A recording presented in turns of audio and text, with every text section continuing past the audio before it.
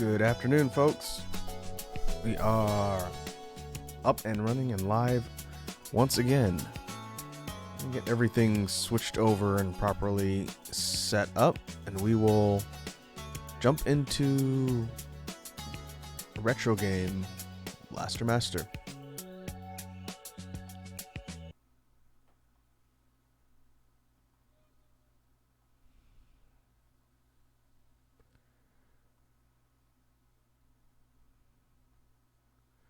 I might need to fix the chat. I haven't used this overlay in a while. So let me see.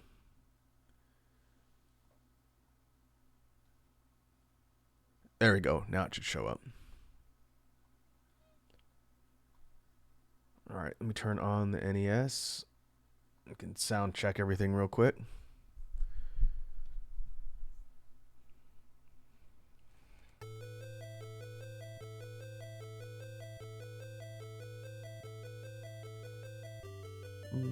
Maybe I'll boost it just a bit. This game has really awesome music, so I want to make sure it's audible on the broadcast.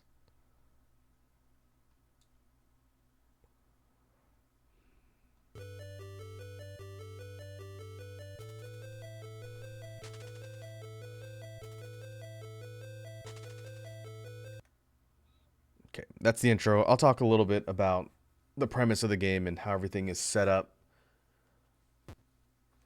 as we go, but we can go ahead and jump in and get started.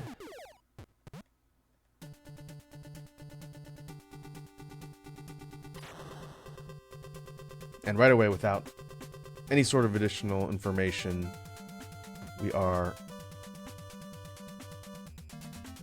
dropped right in. Our only real context is the opening sort of cinematic that kind of sets up how we arrived here. The basic premise of the story is this random kid named Jason who had a pet frog named Fred. One day, his frog gets out, runs in the backyard where Jason had a convenient radioactive box, as you do, and Fred touched it, became ginormous, and fell into a hole in the ground and disappeared. Jason followed him and found the tank and a suit. Sophia the Third, the name of the tank, and decided to go on an adventure to find his frog. And with that, we're just dropped into the world and not given much direction other than play the game. And so I've talked about this a little bit on other streams when it's come up, but this is probably my favorite game in the NES library. It ranks up there with Mega Man 2 for the top slot, but I really like Blaster Master. It is one of the hardest games on the NES for sure, but I've played through it many times. I'm going to attempt to see how far I can get in one session today, and if it takes a little bit longer, I might have to split it between sessions, but I do know the game pretty thoroughly. When I get closer to the end, I might have to try and piece together how to get to the last couple areas, but this is going to be a semi-speed run. I'm not a speedrunner for this game at all, but rather than go through and explore everything, I'm going to stick to the critical path in getting through the areas so I can talk about each one, and we're going to try and do this relatively quickly. And as we go, I'll kind of explain the gameplay and a lot of the nuances and things that I like about the game. So as a side-scrolling action platformer-ish, we have control of Sophia the tank, and this is our main traversal and sort of interface as we go. The tank moves very responsively and can jump. The tank can also angle its cannon up and shoot straight forward, but not at a diagonal. I do know, I think it was earlier, maybe late last year, the AVGN finally did a spot on this game after using its soundtrack for many years, and he had really positive things to say about it. This game is largely considered a classic, but it was kind of interesting to hear him talk about a game that I know a decent amount of history for, and see it featured. Now on stream here, previously we've played through the reboot series, the first episode of the reboot series, Blaster Master Zero. This is the game that inspired that reboot series and the rough sort of storyline this one is kind of tied into Zero.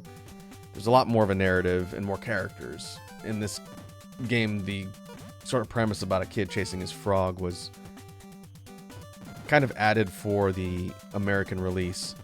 This game has a pretty deep lore in the Japanese version, although I don't think it's ever communicated through anything other than maybe the instruction booklet. I believe Blaster Master, the series, is called Meta Fight in Japan, and it's this whole like post-apocalyptic story about humanity's war against these mutants that have taken over and destroyed the planet.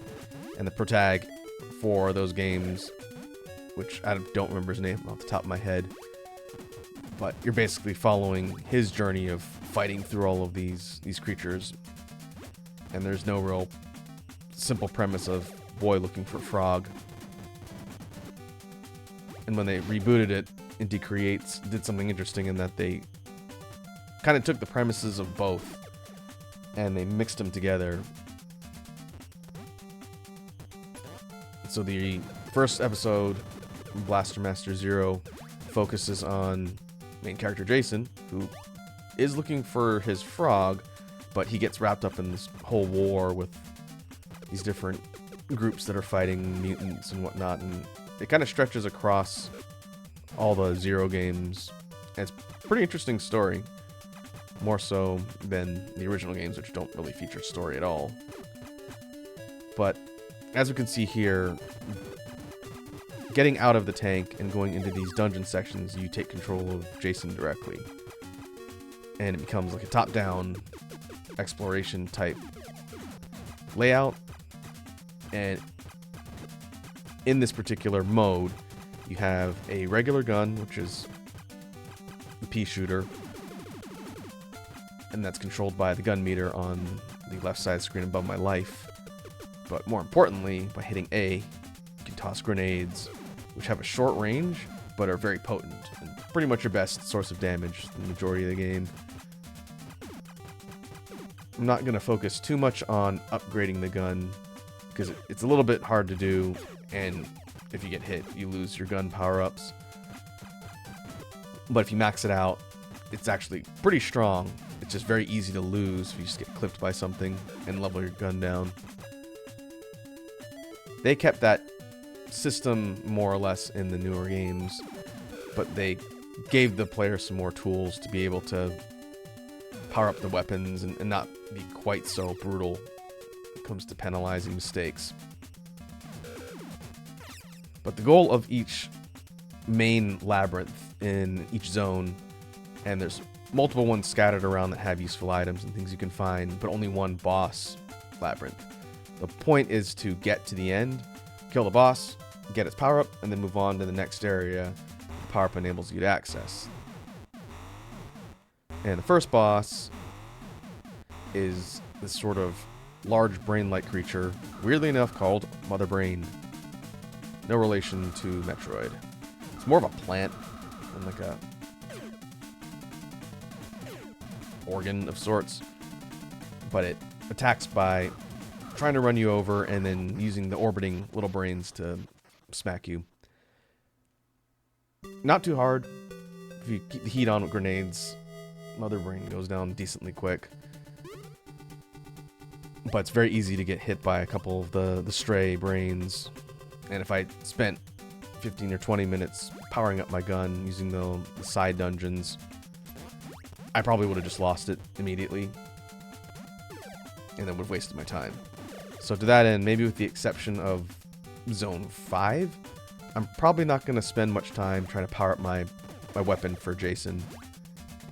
It's pretty easy to traverse through the majority of the areas without a fully powered up gun, although it does make it a little bit easier.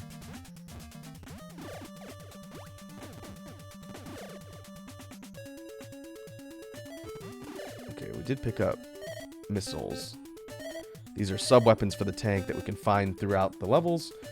They have a limited stock, but they do different things. And spread missiles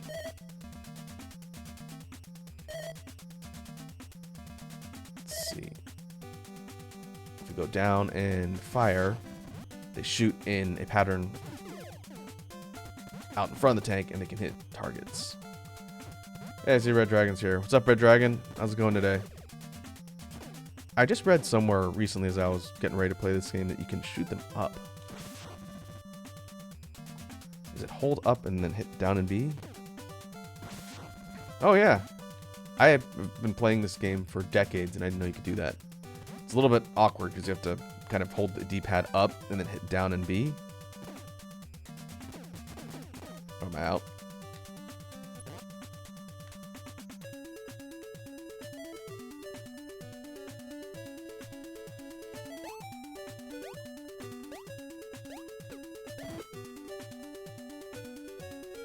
Might have turned on turbo. I don't know how I did that. There we go. I need to remember that I mapped the menu screen to the triggers because this particular setup is not liking being mapped to PS5 buttons. There we go.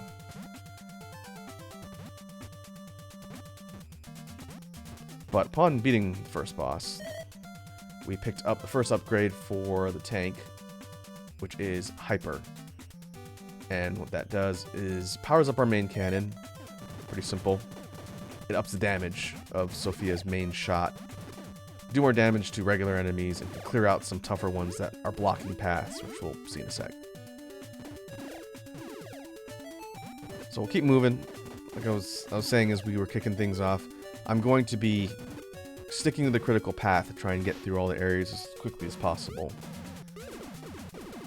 If you know what you're doing and you're moving relatively quickly, I think it's possible to beat this game in a couple hours. The last few areas are difficult, and one of the biggest things that makes this game a challenge is the fact that you have limited continues. You have like 4 of them.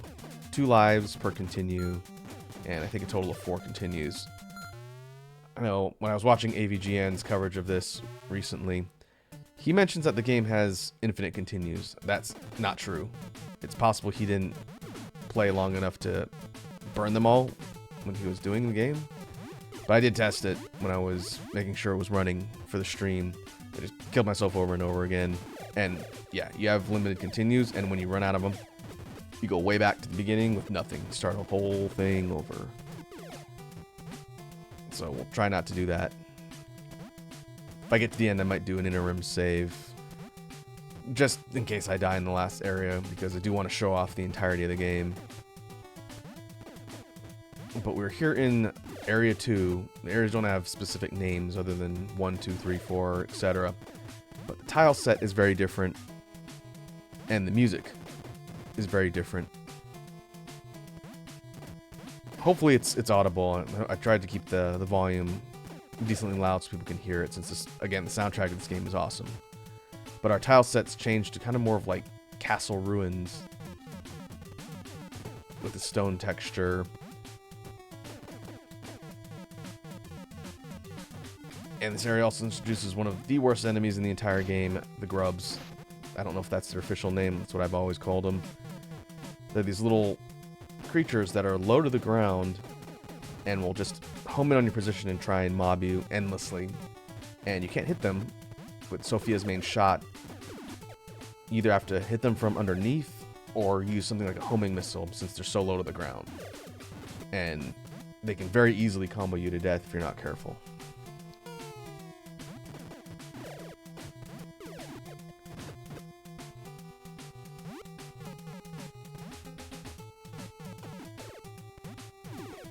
They'll also drop down at you from above, which is a good way to get knocked into hazards like these lava pits.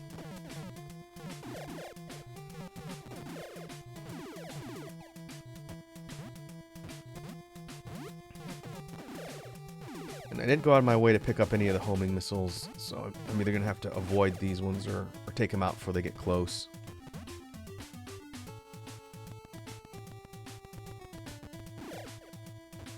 Moving further on into the zone, tile set changes to this more kind of tarnished stone texture. It looks like we're climbing up through the interior of some sort of castle or ruins. I always thought of them as kind of like the ruins of some sort of ancient civilization. We get no real information narrative-wise. So I guess we can make it up as we go along. I know in the Japanese version of the game there would be some significance to all the different zones, since the story of Metafight, from what I read, I was curious, takes place within the planet in this post-apocalyptic type of universe. So I think these are all like ruins of civilizations that were destroyed by said hostile creatures.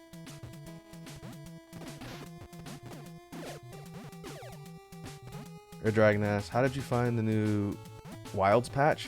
I messed around with it a little bit last night with one of my hunting homies. We fought Mizu, regular Mizu, and then we fought Zoshia. And didn't do a whole lot because it was late. But Mizu's a fun fight. It's tuned definitely for more difficulty compared to Rise to me. It seems like Mizu isn't quite as fast, but hits harder. It's a fun fight. And likewise, Zoshia was probably one of the hardest fights outside of, like, tempered gore. It was not easy. We failed it twice. The first time, I triple carded. And the second time, I quadruple carded with insurance. And the third time, we beat it with no carts left. And it still took like 25 minutes. But other than that, I haven't had a chance to do a whole lot with the update. I did check out the Gathering Hub. It's pretty cool. So in general, seems like a pretty functional update. I'm glad we have more content. And there'll be more to come. The Zoshia gear is really cool. I'm going to be farming that sucker for a bit. I want to make several of its weapons. And I do like the way the armor itself looks. Ooh, got a gun power up. So I'll probably try and farm up both sets of layered armor. You can do some interesting looks with the kind of light versus dark themes. What about you? What have you done in the update so far?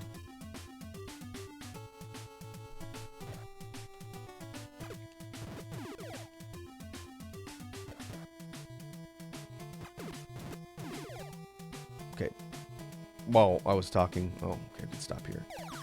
We're in the next boss labyrinth. I'm making my way towards the end to fight the boss of the zone. Okay, at level 1, 2, 3, that's level 6. Our gun becomes this kind of dispersed wave, which is decently strong. It won't pierce, but it will hit things in a bit of a wider pattern. Red Dragon says, did it all. Oh, G2 tempered Mizu too? I hear that's pretty tough. If you're not careful, it will absolutely ruin your day.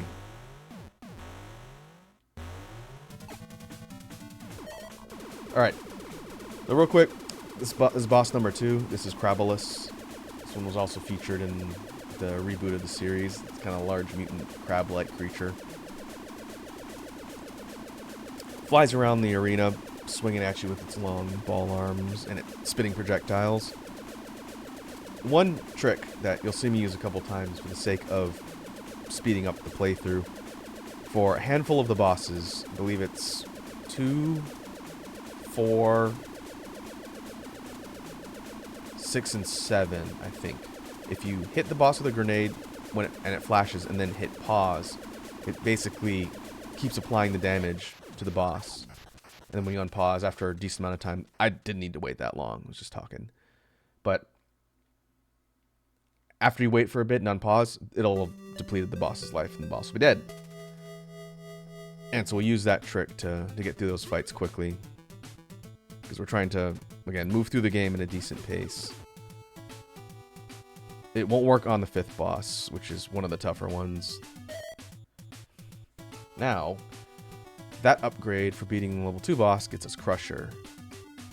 Which, I don't know if it gives a damage boost, but now our shots are multicolored, allow us to break barriers, which is important for several areas in the game. And we need to progress to Zone 3.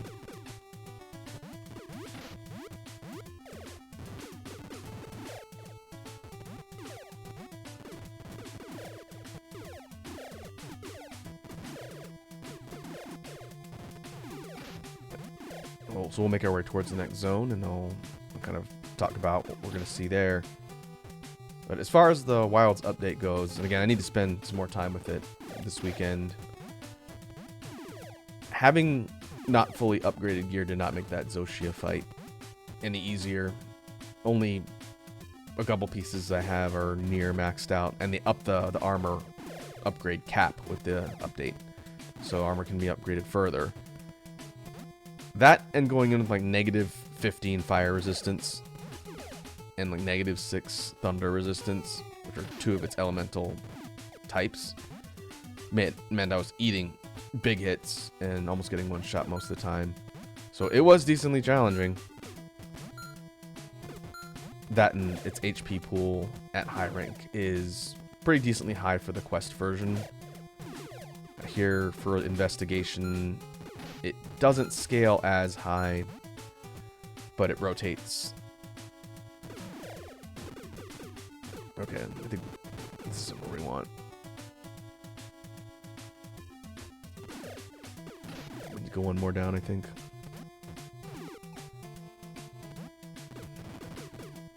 You can see here the little 4 pattern blocks can be destroyed with our shot now that we have Crusher. There we go.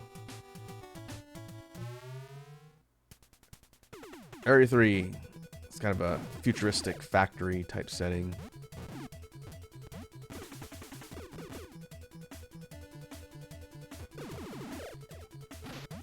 Oof, need to be careful.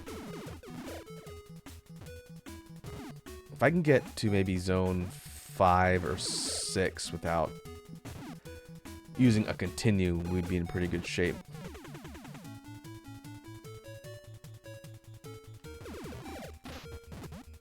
Decent damage though.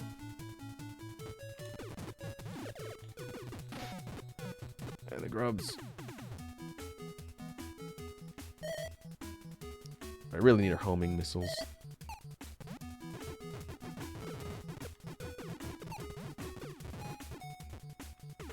Let's keep moving.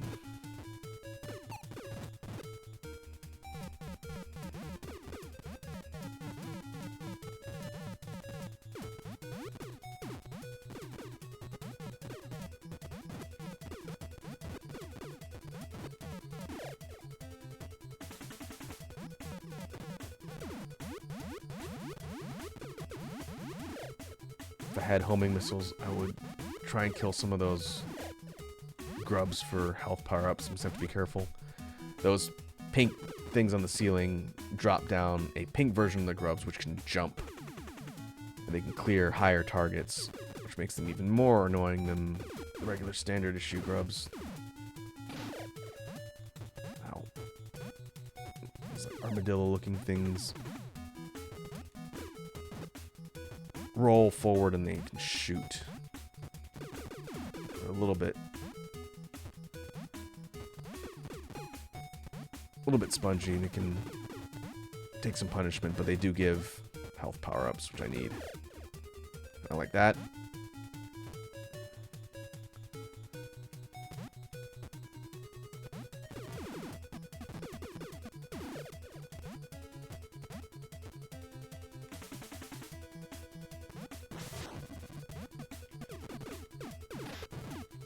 Aw. Those sort of bomb-dropping drone enemies can also give me health power-ups. I need to not get clipped by the things they drop.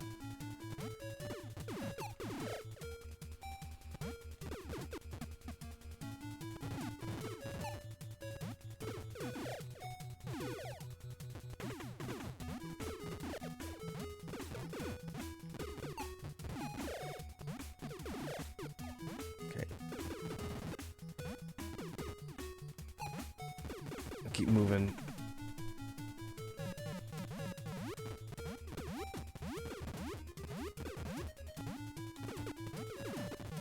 like I was saying at the beginning of the game, this Blaster Master specifically is known for its high difficulty. I honestly think it would not be as difficult if there were just unlimited continues. Another part of the challenge that I know people have criticized is that there's no real critical indication of where you're supposed to go. I think there's some hints in the original book that came with the game, kind of gives you some hints, but as we'll see after this zone, the progression becomes non-linear. We don't go from zone 1, 2, 3, 4, 5, 6 in order like that. We'll have to backtrack. But I do know where to go.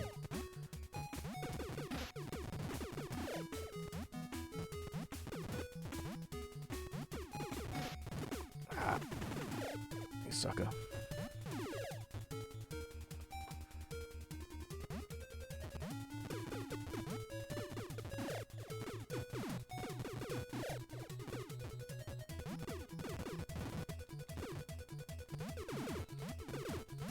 Destroy these grub droppers if we just stay out of their range and shoot them off the ceiling.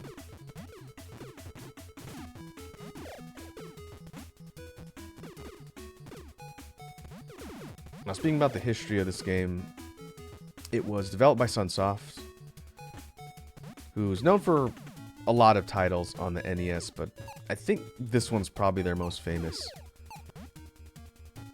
They also made Fester's Quest, which is a kind of polarizing game. Some people don't like it. I think it's okay. It's very flawed. But Blaster Master kind of put them on the map. And the main reason why I wanted to play this, one, because we haven't done an NES game in a while, and two, this particular soundtrack from this game, which is one of my favorites in the NES library, in addition to the game being one of my favorites.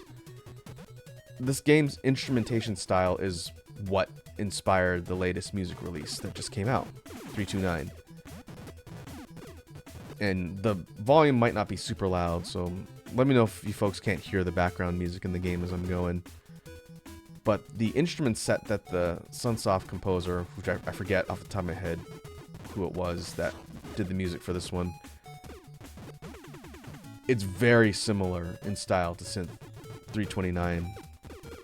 So when I started using that one, when I was putting music together, the whole idea was like trying to emulate the Sunsoft type of sound for a lot of their NES games, including this one. And you can hear some parallels if you listen to some of the tracks in 329 and then go listen to the songs from this. There's nothing I feel like is like wholesale ripped off, but it's very clear inspiration as far as how some of the tracks were put together.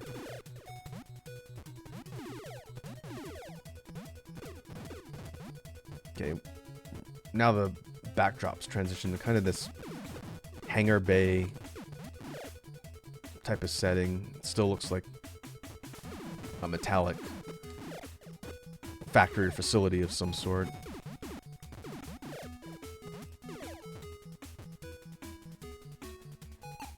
But we're making our way to the area with the boss. Hey. Just down at the bottom, this kind of winding section. All these looping flying enemies. I don't know their names. I don't know if any of the enemies have names in this game. But those things drop a power-up for something that we're going to get from boss number 3.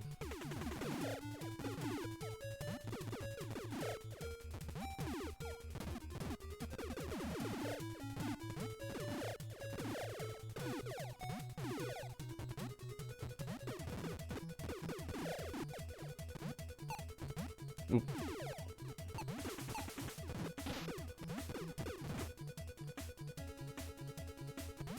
There we go. Here's the next labyrinth. Maybe if I'm really careful, I can keep my gun power-ups and maybe upgrade it further for the boss, which would help a lot. Problem with the wide dispersal thing here and tight quarters like this, the walls eat your beam. And so it becomes next to useless when there's close quarters and you're trying to hit something. Like that. So I'll need to rely on grenades. But if we have room to shoot something, it's not too bad. It does decent damage.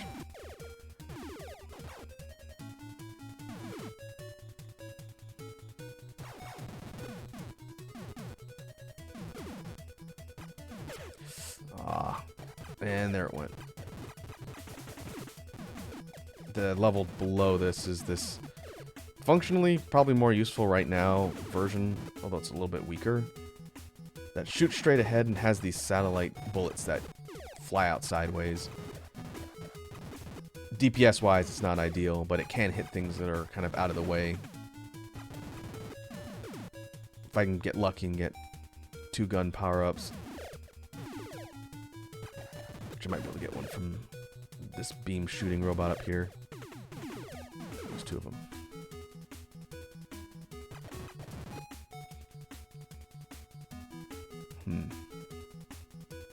I have to be careful. If I get in their line of sight, the projectile they shoot is really high damage and it's really hard to avoid. Case in point, I need to be able to hit him from the side.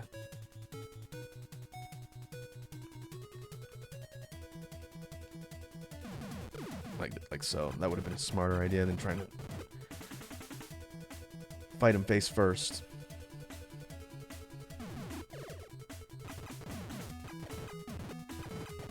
There's another one. The gray gun power-ups, which look like a pistol if you look at it closely enough. They give you 1 pip on the bar, and the flashing ones, which are rare, give you 2.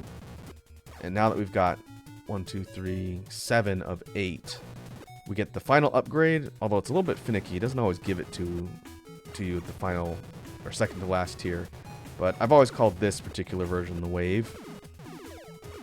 But it's this multicolored beam that shoots all the way across the screen. And most noteworthy, it pierces blocks. So you can shoot through things. It's pretty handy. But it's 1 tier normally. If I get hit, it'll level down to the regular version of the Wave. But this will help for the boss. Now, this boss is different from the last 2. This one's called, I believe, Photophage.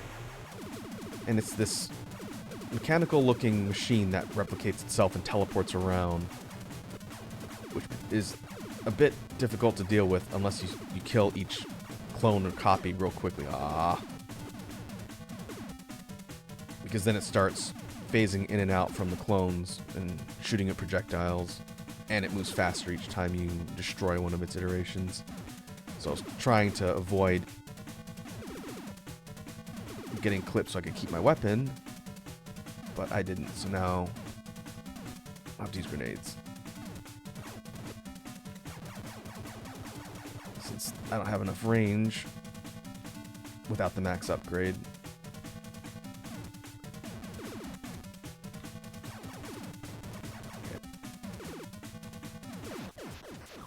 That's the last one. That's the most difficult of the bosses so far. And the grenade trick does not work on that one.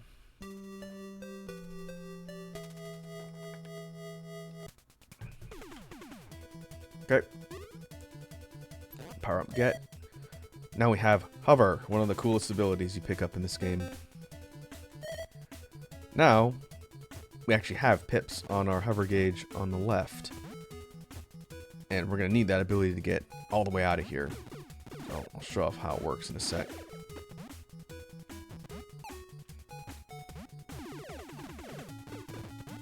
Ideally, we want to be full up, so I might try and get the little looping enemies. Oh.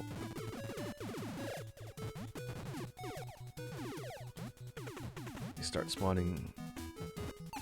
Yeah, right there.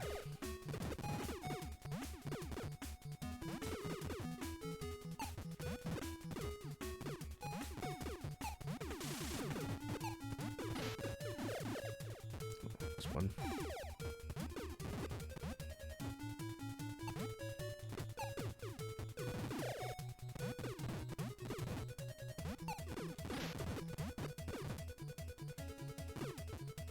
Could burn missiles here, but it'd be a waste.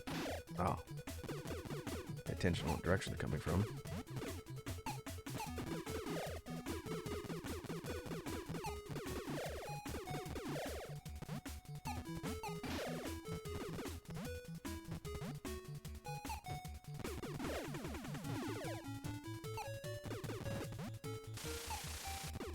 Ah, that would have probably not been worth it.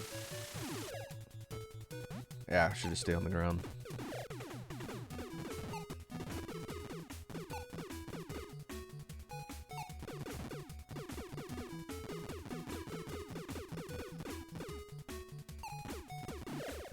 Might need to farm up health before I leave this area too.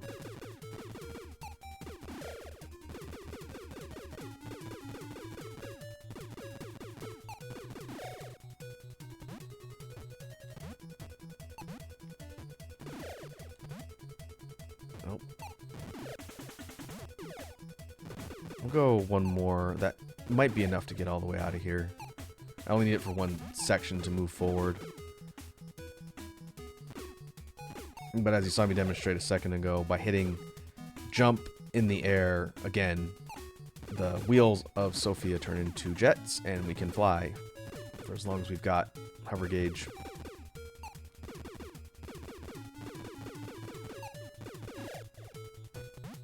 Okay, that's good enough.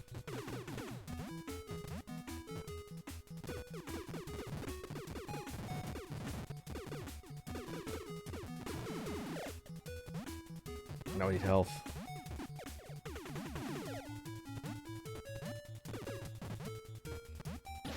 Oh. Okay, here's the first section we need in order to fly up. Our regular jump won't clear that ledge.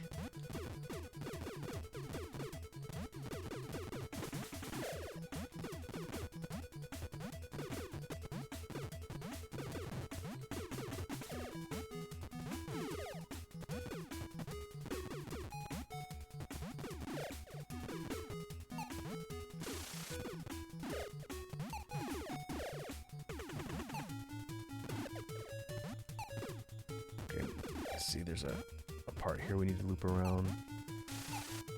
Might be up there. Nope, I think we gotta loop around one more section, then we gotta go up.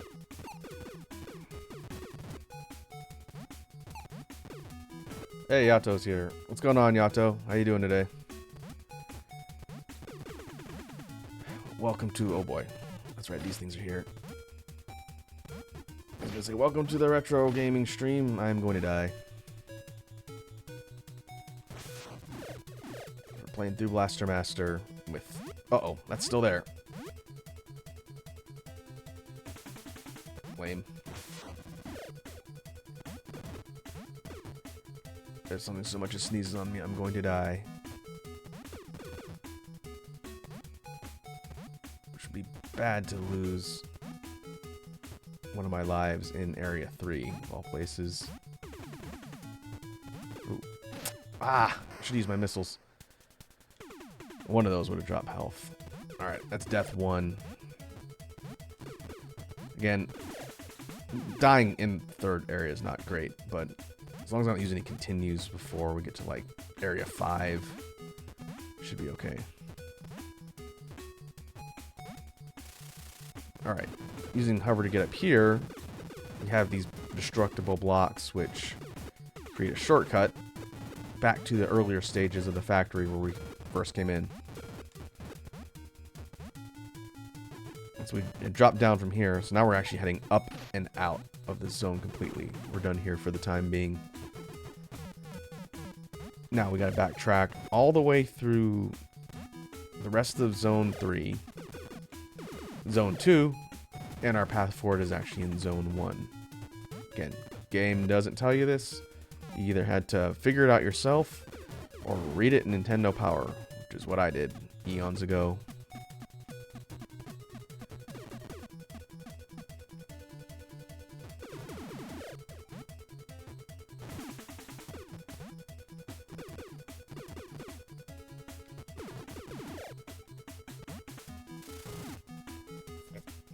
I think the kind of cryptic nature of how to progress in Blaster Master causes the game to fall into some of the similar tropes that people criticize.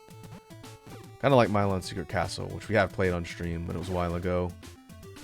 Big difference is this game's presentation, music, and overall feel is much more polished and dialed in compared to Milon Secret Castle. I think there's more charm and appeal to Blaster Master. Okay. That was a shortcut.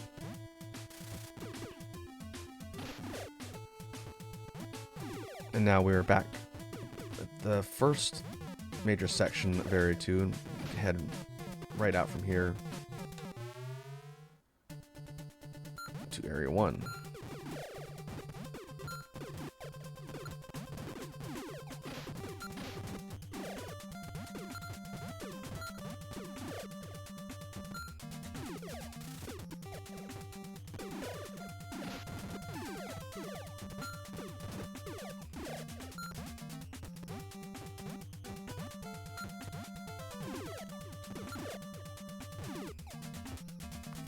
This takes us to the gate. Now we need to go up and to the left. One thing that would have improved the game a bit would have been a map. But seeing as how this early title in the NES library, map tech wasn't really that common. So what you had to do back in the day, before people had guides and whatnot that would explain what to do or where to go, you'd have to draw one yourself. Get some graph paper, pencil, and map out all of the areas. And as you learn how to proceed through like the different backtracking spots you gotta go to, then you update your map. And then charge your friends to look at it if they want to play the game.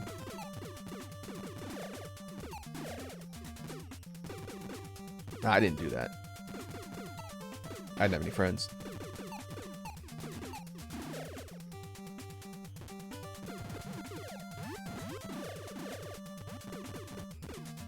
Okay, we need to max out our hover gauge here.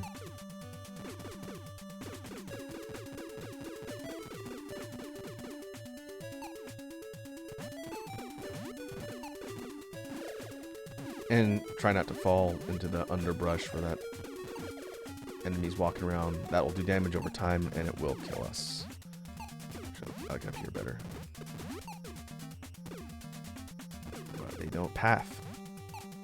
Well, now they do.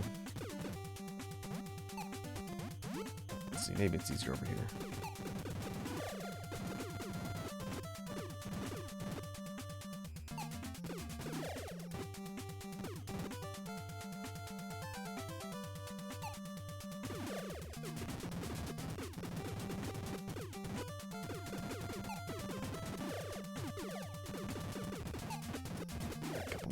We're at the mercy of RNG and the drop rate.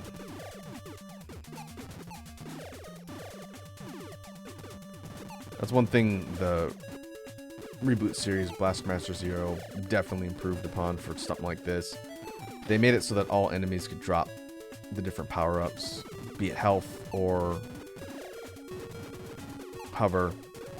And I think in the dungeons where it's top down, all the enemies could drop gun power-ups too, so you didn't have to farm if you're trying to max out your weaponry.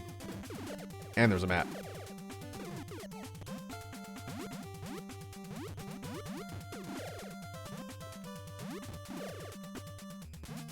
Okay. Now for those of you that were here for the very start of the playthrough and to kick things off, this is the first screen you're dropped into when you first start the game. No real explanation. This is just the first thing you see when you drop in. Now when you come back with hover, turns out there's stuff up here. Enemies. And hover power-ups. Because our progression is through here. Again, how would you know that? You wouldn't. But if you checked around the area when you first get here, you'd see that there was clearly something sticking out above, and you just have to know to maybe take your flying ability and come back here later. And sure enough, this is the entrance to zone, or area 4. The sewers. And this area's got a pretty cool tile set and an interesting, weird sort of theme. But this is one of the more confusing areas to navigate when you're just learning the game. It's big, and it's easy to get lost. I remember first time I played this eons ago, this was always a level I could never get past because I didn't know how to find the exit. And I'd always play through the first 3 areas, breeze through, and then get here and get lost. And now I gotta kind of remember critical path. I think we have to go to the left and go down.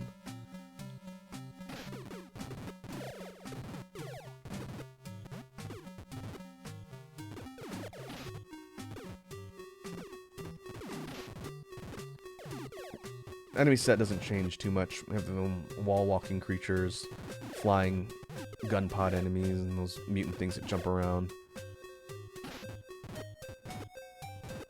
But this section right here, the main area of the sewers, this is where I would get stuck. And it might take me a couple trial and error runs through to figure out exactly where to go, but I've always remembered that it's down to the right. But all the areas look very similar, so when you're just wandering around for the first time, it's easy to get lost. And again, no map. Okay, dead end.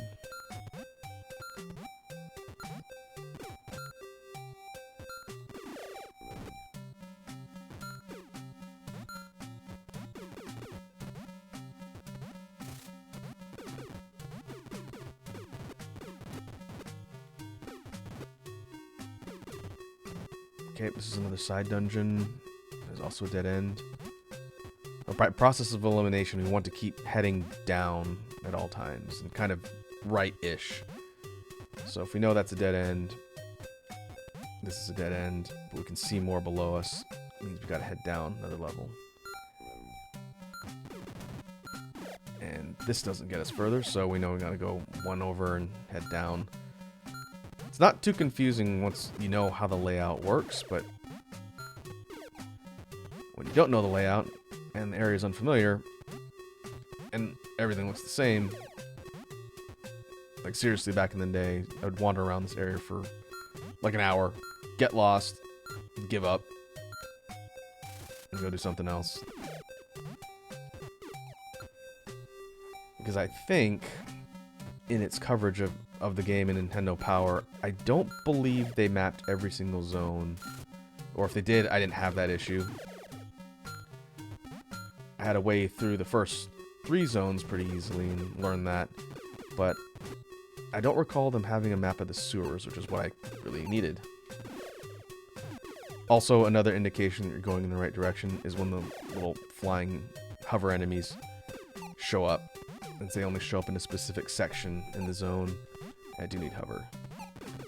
So if you know you're heading in the right direction when you run into this spot, when you start flying in. Alright, I think that's good enough.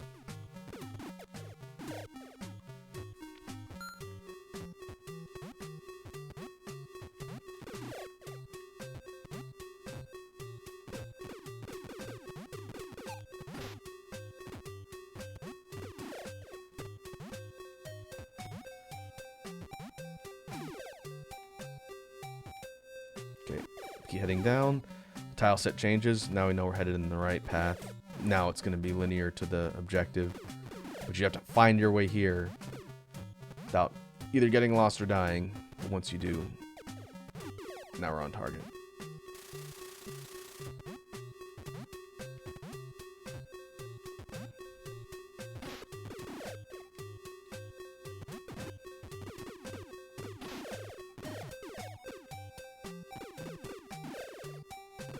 Okay, tile set changes a bit more, but now we get here. We have a long ladder to climb, and this is the boss labyrinth for this area. The sewer tile set, appropriately enough, looks like a sewer, but introduces water hazards. Anywhere where you see this bounding with the water texture, that's insta-death. You fall in there, you lose a life. And I lost all my gun because I died in Area 3. Which is great. These enemies, these sort of robot enemies, pack a similar type of gun weapon, and they close in on your path pretty quickly. So having range would have been nice here, but I don't. So we'll just have to use a mix of grenades and gunshots. But we can see here, the footing is pretty tight. I think if you get hit in the brief invincibility window you have, you can path over the water, but I can't remember if it works everywhere, so I'm just not going to try it because I don't want to burn lives.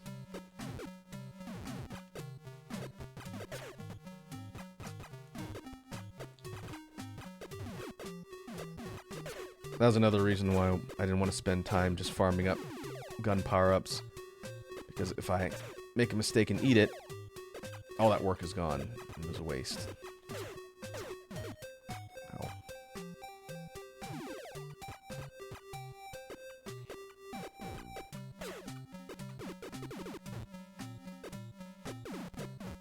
We'll leave that there.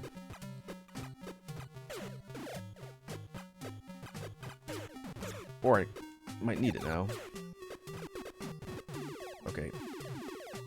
Gun power-ups give us a long shot. That is pretty helpful, since those enemies tend to fire at close range. If we can outrange them, it makes them a little easier to pick off, but I can just lose my weapon too, sure. The grenades are the fastest way to deal with them, or if we had the wave, we could hide behind a barrier, mow them down from there, but we don't, so we can't. So just have to get good, or run away.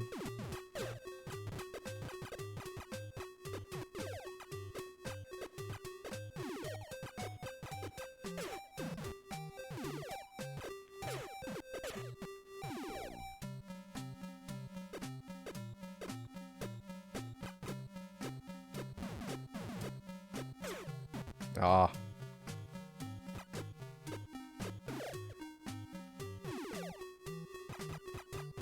I have to be somewhat on the same linear plane in order to hit those enemies.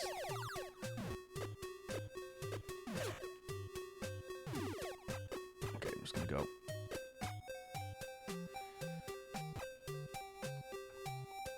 Next up, we have Boss Zone 4. Which I don't remember its name. This is not Fred, but it is a giant frog who flies around, or jumps around, rather. Will open its mouth to stick out a tongue, which does damage, or spit projectiles like fire, those little bouncing ones. If I can get a grenade in its mouth and pause at the right time, then I should be able to use the damage trick on it.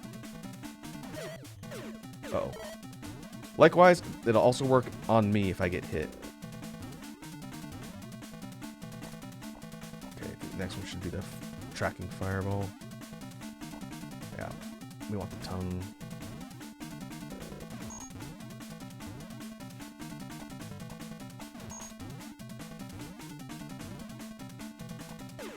Ah. Okay. Well, might burn a continue on level 4, which is not great.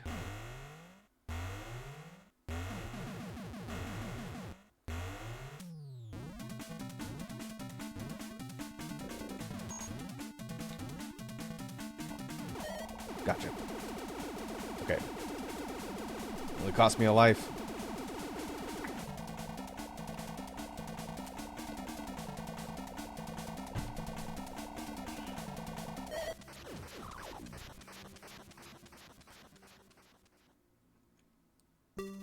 Alright, boss number 4 down.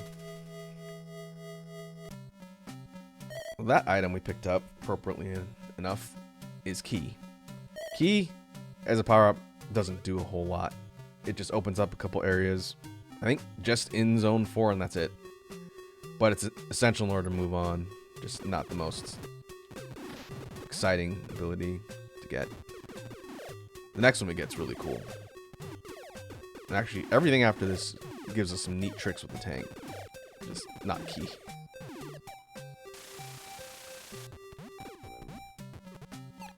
Alright, so now we need to head up and out.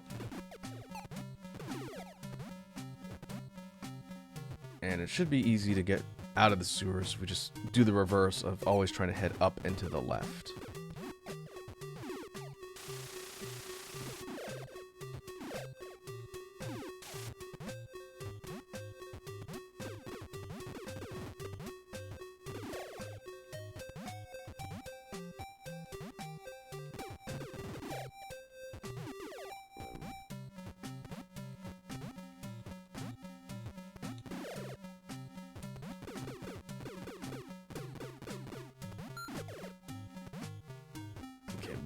Through here.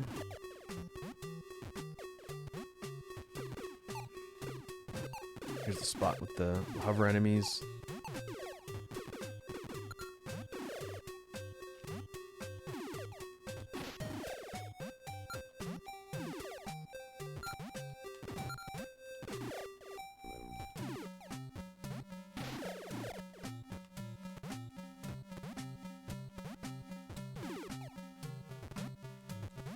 You can head up through here, around to the right, and go up from here. Either that or this is one of the dead ends. We'll see.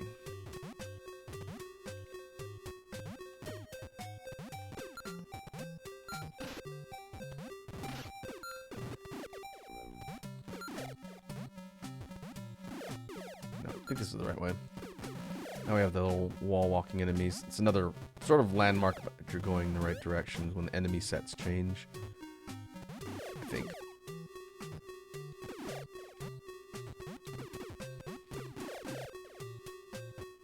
Okay, yep. That's how we get out, I believe. We're not going all the way out of the zone, but we're going close to the beginning to get to the path to the next one. From 4 to 5, it does go linearly.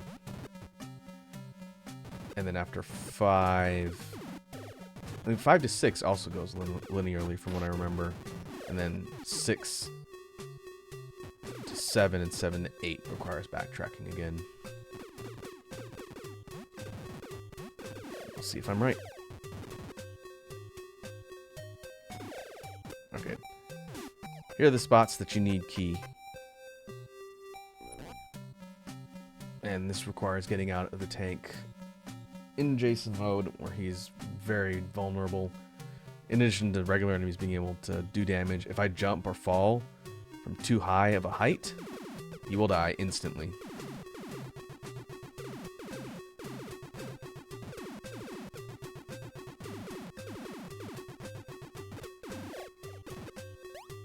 So we need to time our jumps and drops accordingly. It's kind of brutal fall distance. If I were to jump off of here at this height, landing here would probably kill me, or at least do half damage, half health. So rather than try and get fancy with it, we're just going to carefully drop, open everything, and now we can resume. And here's our gateway to Area 5. This is an aquatic zone, and it's got a really cool theme. But because we don't have any sort of power-ups that allow us to traverse the water, all we can do is fall.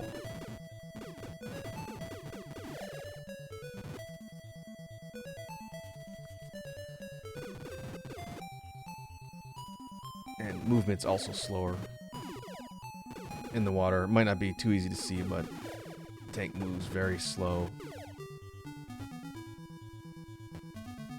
And hover doesn't work.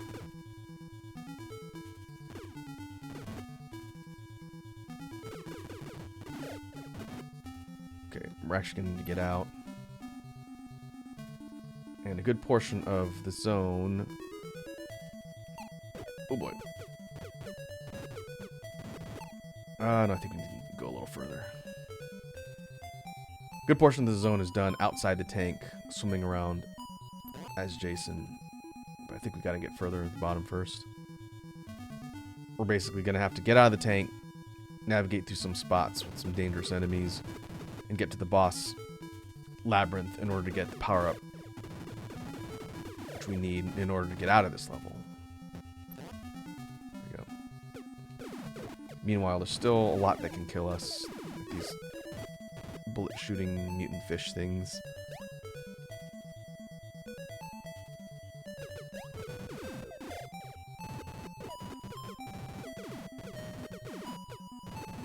And hermit crabs that move very fast.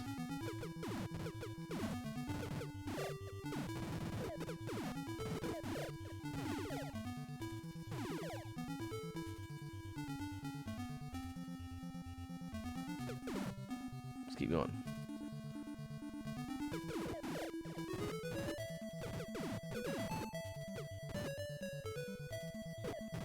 Okay, I think we need to head down. Uh-oh. I do not want to die down here. Although it's very possible I will. One, because the boss area is one of the tougher ones. And two, there's a lot of dangerous things everywhere. But if I do, it's just going to kick me back to the start of the zone. To fall all the way down here again. So, try and be careful. Ooh.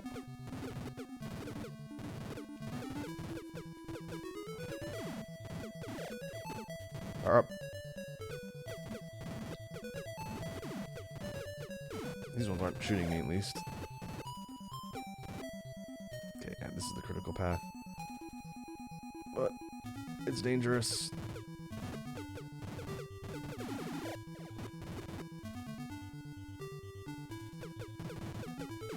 Oh, that one's shooting.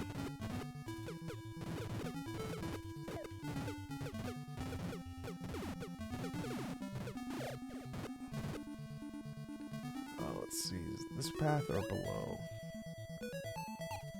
I think it's this one.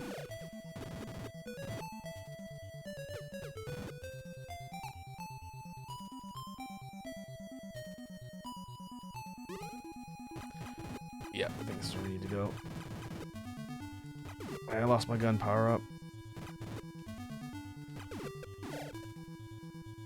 That's nice. The texture down here in the water is this kind of aquarium looking texture. It's what it reminds me of.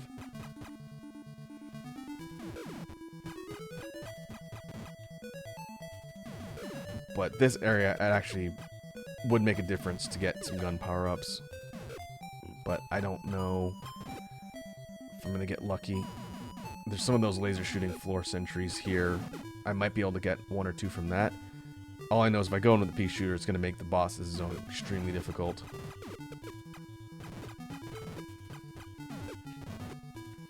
So we'll see. I'd say from Area 4, or Labyrinth 4 onwards, the game definitely starts ramping up in difficulty.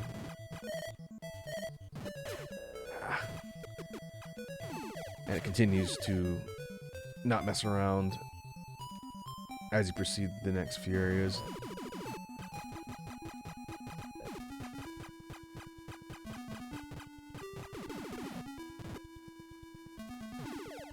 I think to stand a really good chance, I need like 4 levels of gun. I need the wave.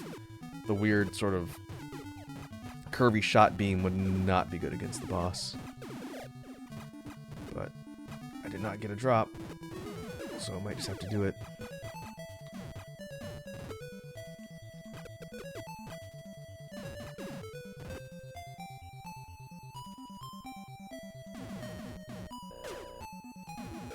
Oh, I thought this do more than 1 pip of damage.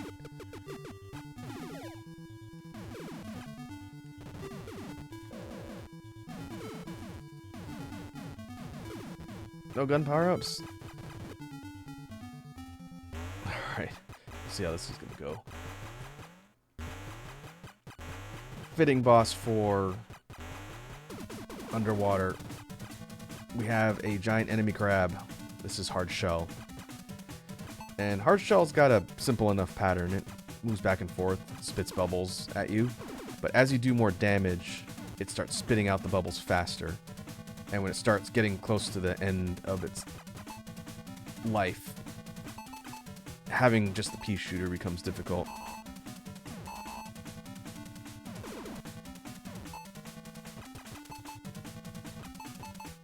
So we'll see. I might have to do kind of like a hit and run strategy and go for grenades. And now you can see the fire rate of the bubbles has picked up. Oh, I can shoot it over its claws. I never tried to do that all the time I'm playing this game. The boss's movement speeds up too, though, which makes that a little bit difficult.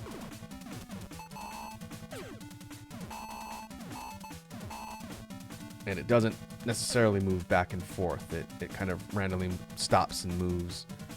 So this is one of the more unpredictable bosses to fight, in addition to just getting pelted with bubbles.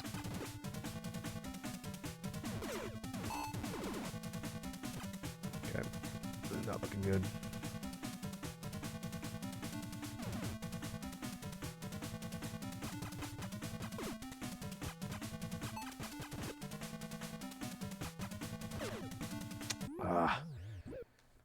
So that's going to kick me back to the beginning of the zone. Yep, all the way back up here.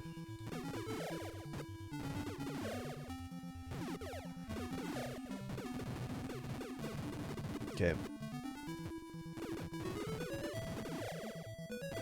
Might have to make a side trip to one of the non-boss dungeons to get a weapon power-up.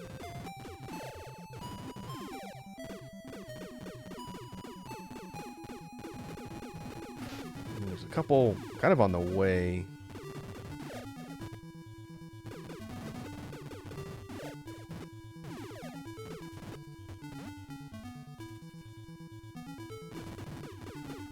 We can see.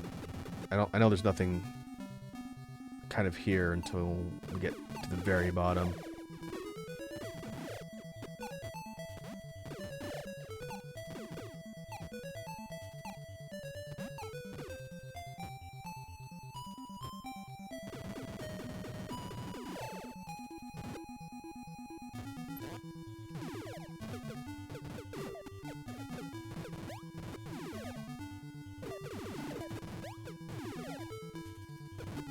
And there's no upgrades for Jason when he's out, walking outside the tank like this.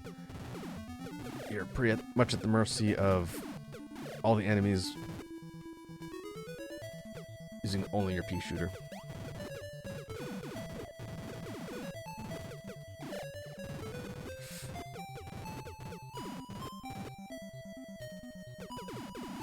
Well, this is the only major zone in the game where you spend this much time outside the tank. Okay, let's go on a side trip. There's a dungeon here.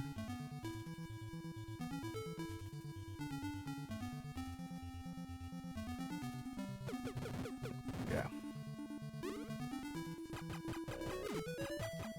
Oh, that was lucky.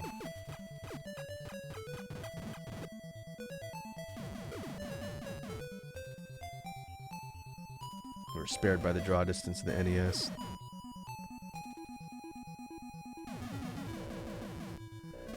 I guess we could farm this area. It'd be a bit tricky because these enemies are incredibly dangerous.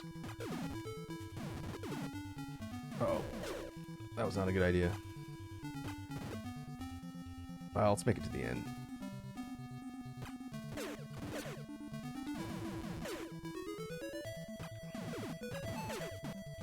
It's also worth noting that letting the enemies sort of camp out by the door like that is just asking for trouble.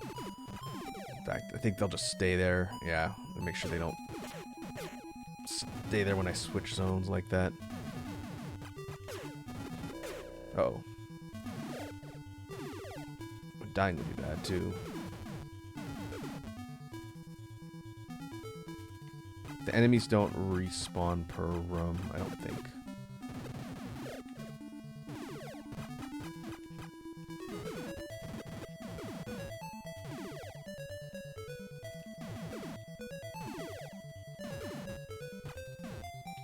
We'll find out. It might be after you've gone through a certain number of doors in a zone, then they respawn. I'll have to walk all the way out of here, so we'll find out.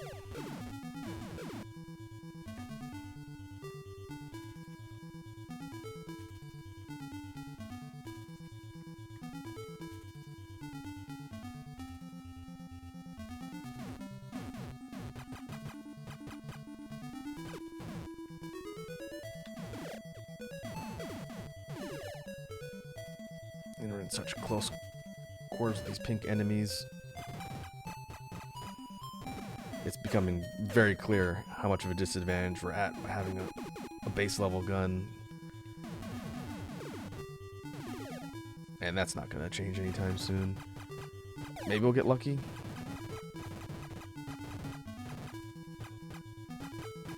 No. No gun power-ups. I think it's a roll. I think it's a random roll.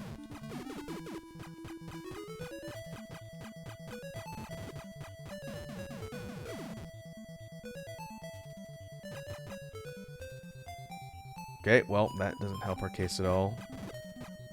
I guess the only real strategy would be to farm the first couple areas for the turrets. We could go in and out of just the main gate and do that. We'd have to go all the way up to the top where all the pink enemies are hiding out. Let's see.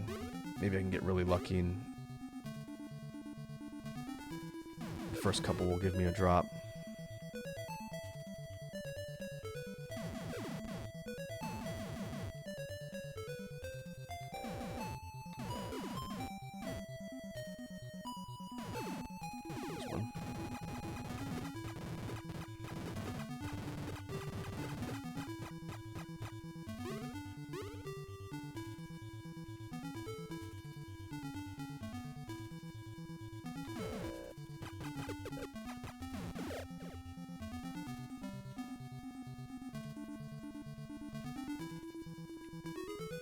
There you are.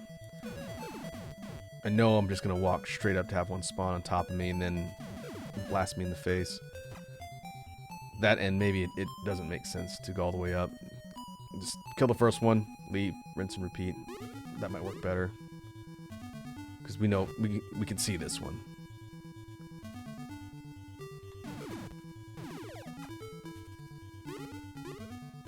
I could always save a state here if I can max my gun out. Maybe I'll do that since I've already burned to continue. You folks that are watching don't care if I do this super legit, right? Or would you rather see me suffer?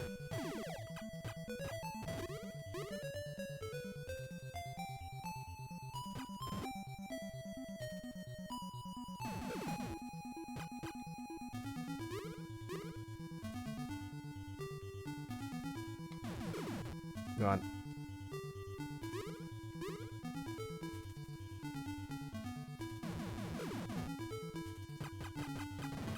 I think one more level gives me the curvy bullets.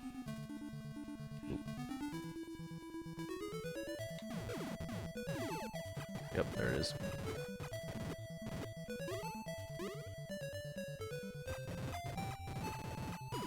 You can actually shoot around corners. I guess that is one handy thing with this weapon, like, and the way it fires. It's a little scattered and hard to target, but we can shoot safely around the corner without being in direct line of sight for an enemy like this. We just have to be careful with the angle to actually hit it.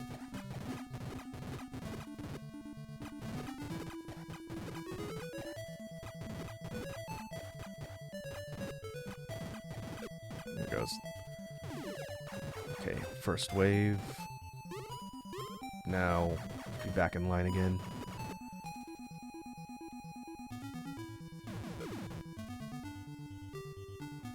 How do I save states with BizHawk?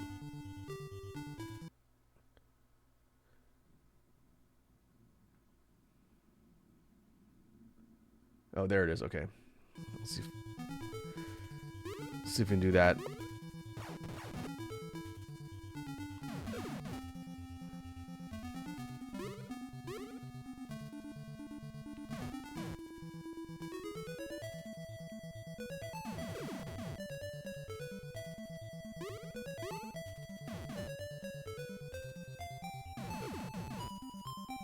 2 more.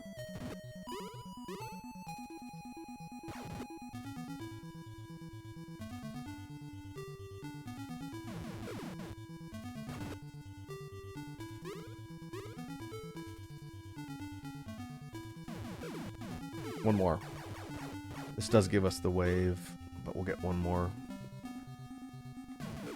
It's weird. Oh, that's nice.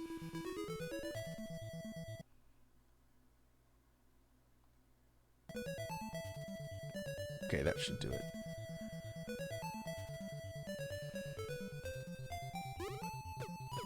So now we're maxed out on our gun. I believe if we take a hit while outside in this particular mode, it doesn't downgrade our gun. So we'll find out.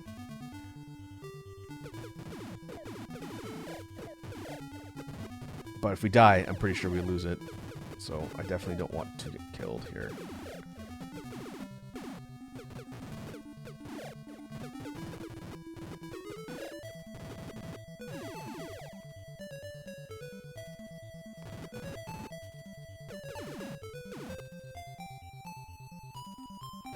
Oh boy, slow down. Good old NES has too much on screen. Slow down.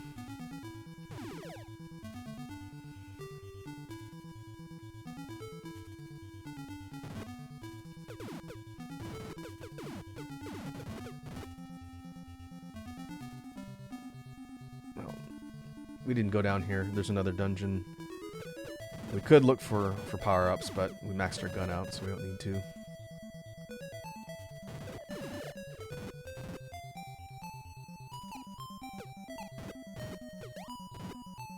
Here we go.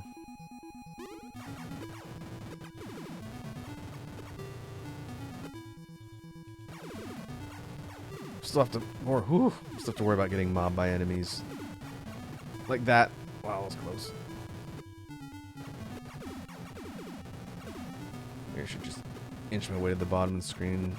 It's these other types of sentries always move side to side, and sometimes they will spawn directly in your path, and if you're not fast enough to get out of the way, they'll hit you. But with the wave, we can pierce through walls. So if I can see the enemy, I can take him out before they get close.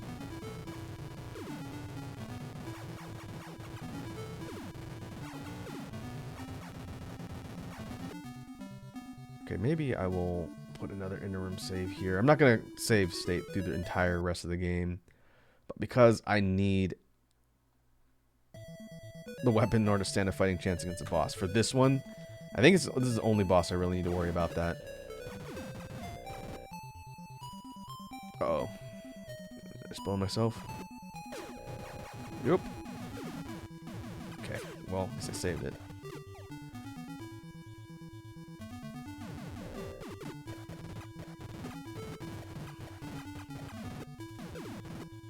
Two screens before the boss. Lost my weapon. This curved bullet gun is not going to be helpful. I don't think it would necessarily make it easier. We can try it. Oh man, not if I keep getting hit though.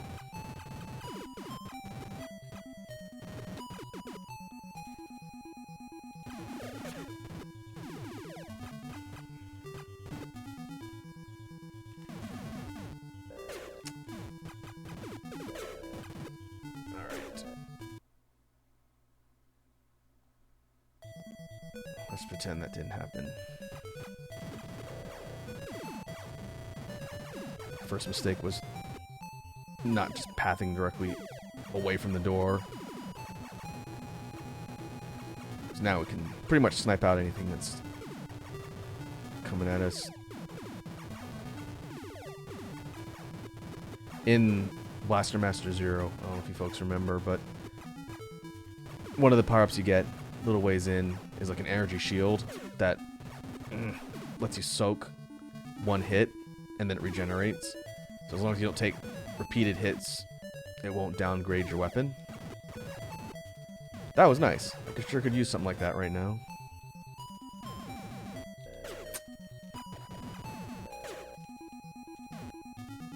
wasn't worth it.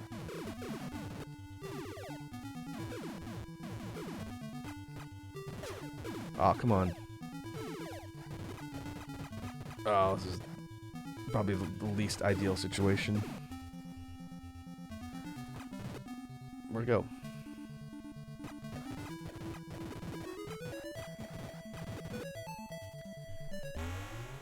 Okay, we'll test out this weapon against hard shell, but I'm pretty sure it's not going to really help at all. We can shoot from further away, so that's nice. That would make a little bit of a difference. But the problem is, it still doesn't shoot at a fast rate. So in the early phase, it'll be okay. But once it starts spewing bubbles really fast, I don't think our shots are going to get through. We'll see.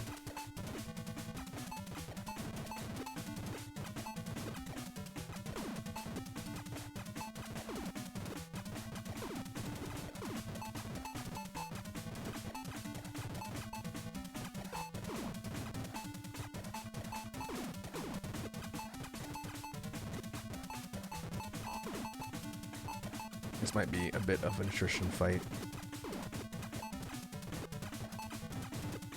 I always thought Hard Shell's sprite looked cool. It's very detailed.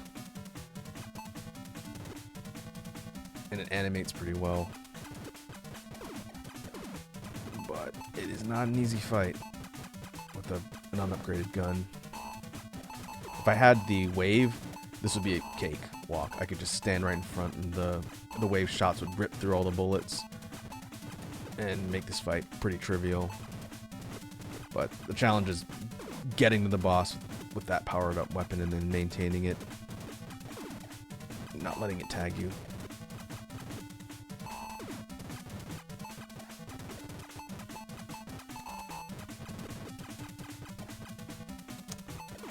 It's close.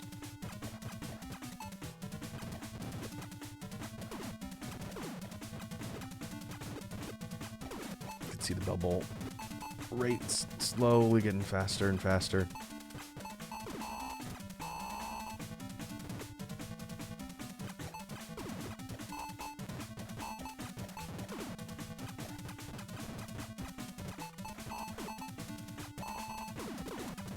Ah. Just long shot now? Yeah, just long shot. Might actually be better, because I think it fires... It seems like it fires a little faster. Maybe it's just in my head. But the little curving satellite projectiles are doing nothing against the boss. And now we're down to nothing, so we might have to go balls out and go for grenades. Now it's a DPS race.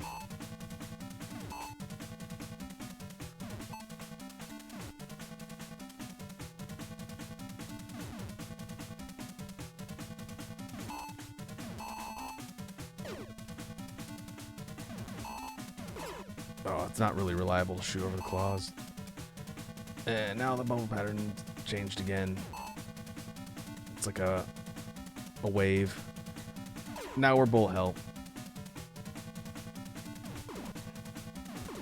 It does pause. I thought it was constant. Maybe I'm thinking like very into the fight. So, if we just dodge through until there's a gap and then hit in the face, then that would be better. All right, let's reload right outside the boss's area.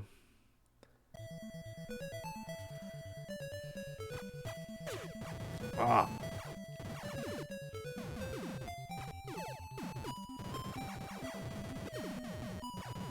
Maybe I'll get lucky and get another gun drop. We'll see. To not get hit again.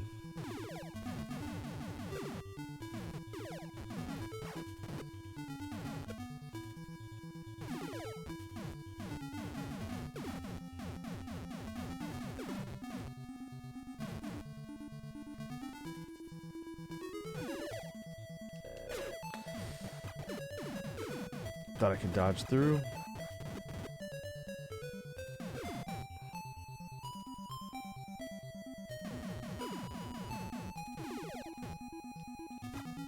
Oh. What? Ah. Okay, well, we can try it with this. Might be good enough because this one fires faster, but we don't have the range. We kind of have to get close in order to take advantage of the pattern, but we'll see. But yeah, it's a bit of a problem. It's oscillating too wide, and it doesn't pierce, so it's actually not hitting the boss, it's hitting the claws.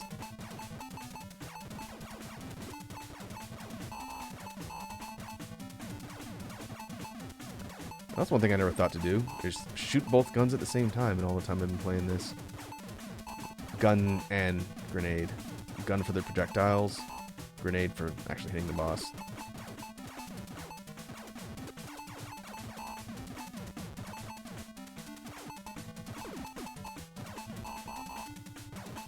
I don't know that's any more effective than just waiting and throwing grenades.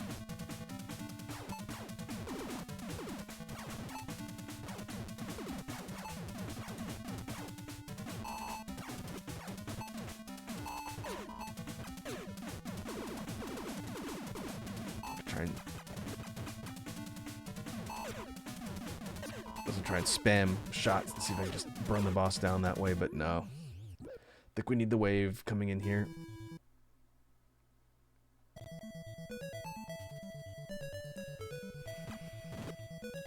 Whoops.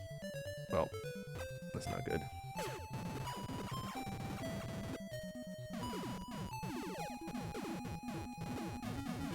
I also forgot you can throw the grenades at an angle, diagonally. Sort of.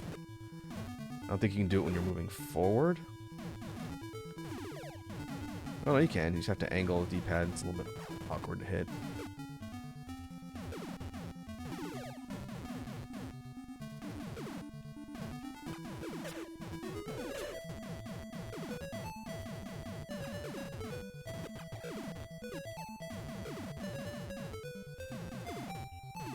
Ah.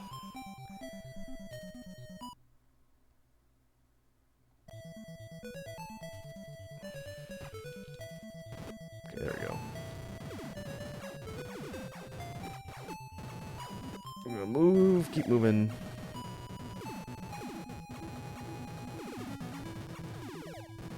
If I get all the way to through the next section, all the way to the boss's door, I'm gonna do one last save here in case I die. I don't want to do this again.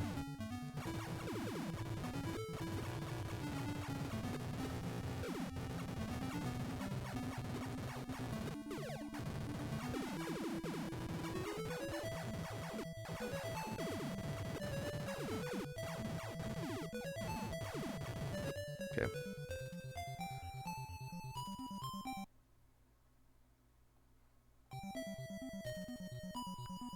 Now we stand a fighting chance.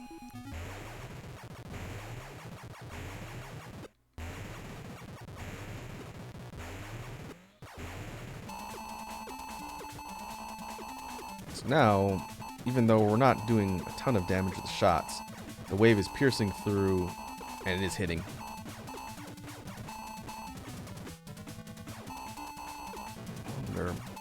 I was going to see if I can try and shoot sideways if it worked better. It's still not easy because we have to dodge the bubbles and not take any hits. And if we do, we lose our weapon. So it's basically just a bullet hell. Okay, there we go. If we kind of line up so a bunch of the oscillating bullets pierce through, so just one at a time, then that will do a little more damage.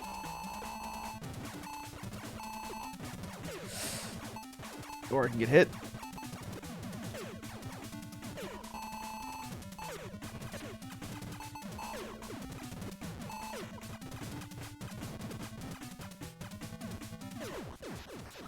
Oh! That was the boss dying. Okay, we were pretty close on the last couple runs.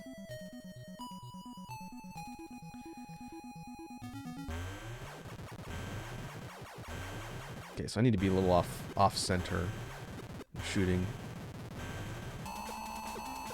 Yeah, okay, a little off center.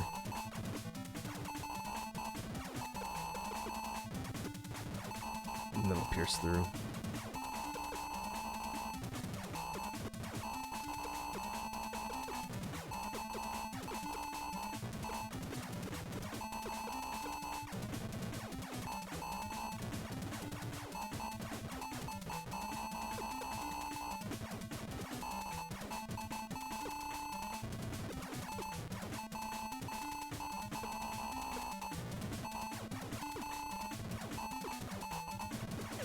Ah. Thought I could just squeak by.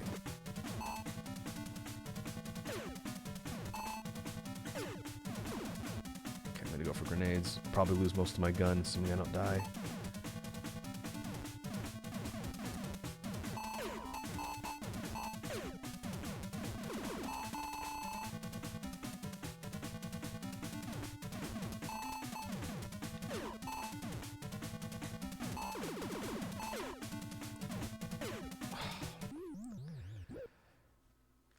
Probably close again. This might be one of the hardest bosses in the game. Thinking about what comes next. There's some other ones that are a little more dangerous, but this one has probably the most difficult pattern. The fact that it gets faster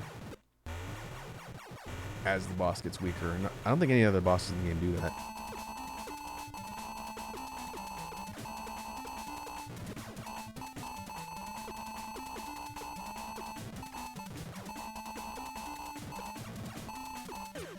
Oh. Really?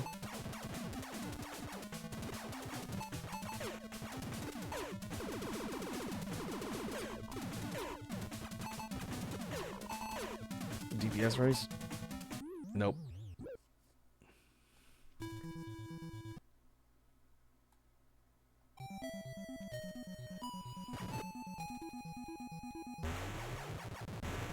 I'm gonna try and shoot sideways.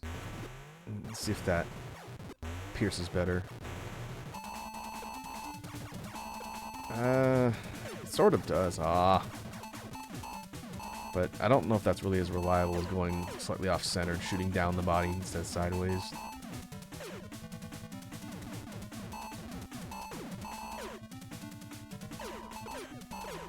Yeah, right. That wasn't worth it.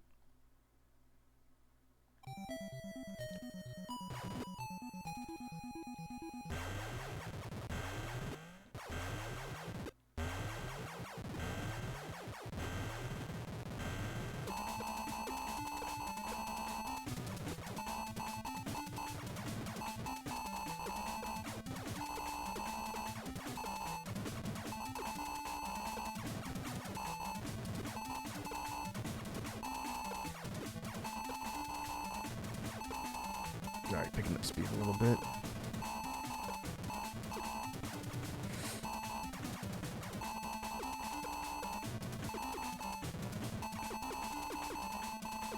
There goes the pattern.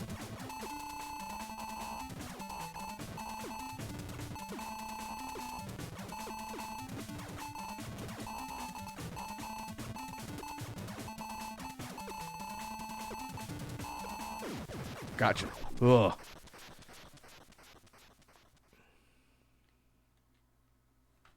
Yeah, time to save. Let's save progress there. If nothing else, not to do that fight again. Okay, moving on.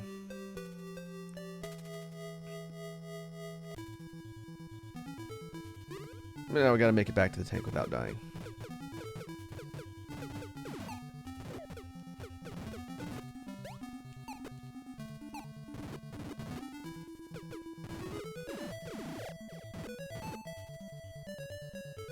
I'm not gonna mess around. I'm just gonna beeline it.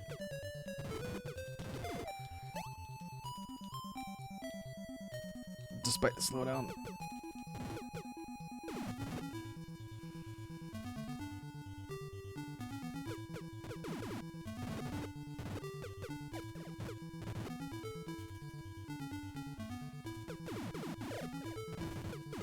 Health drops. Alright, we'll take it.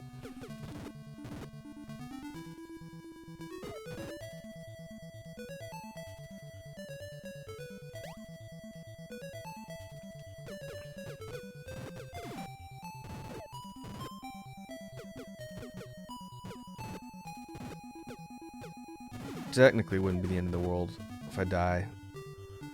But it'd be bad to burn a life here. Hey, come on. Especially one screen before the tank.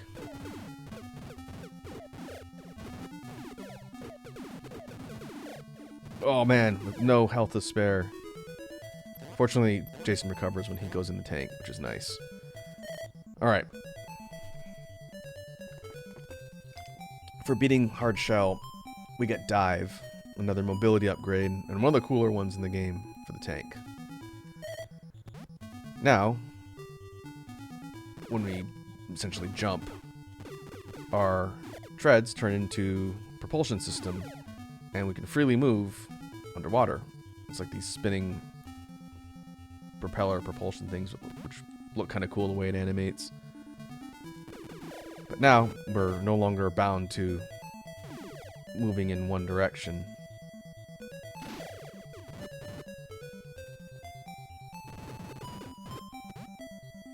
So we can explore the level, but there's really only one path up and out. And we're much better geared to deal with all of the enemies here now that we got firepower. Let's see if I remember exactly where we're going here.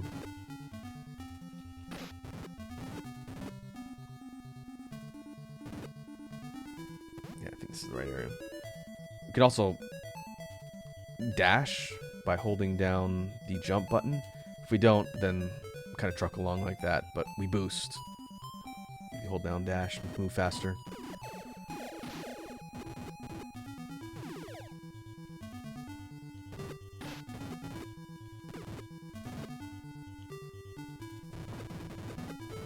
Okay, yeah, this is where we need to go. Kind of like these sunken underwater ruins.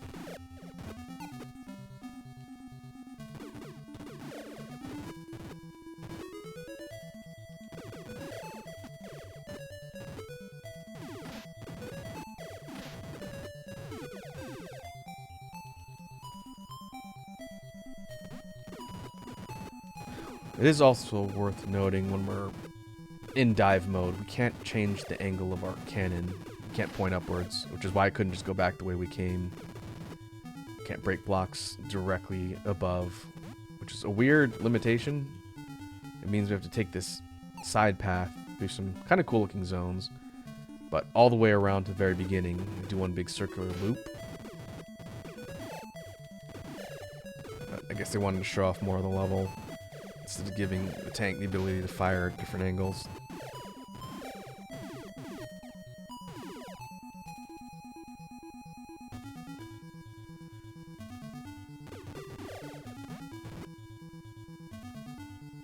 And now we're over here.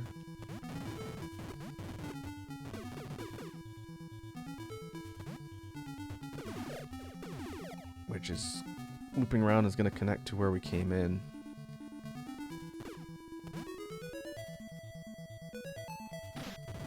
So, kind of one screen back, I believe we would have seen the gate where we drop in.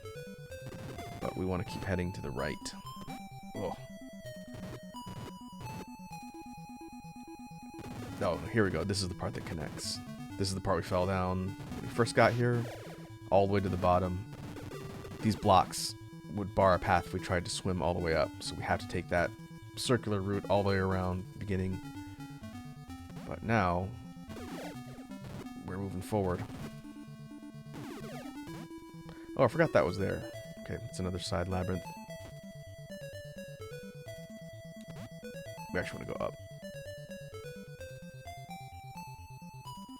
Here we go.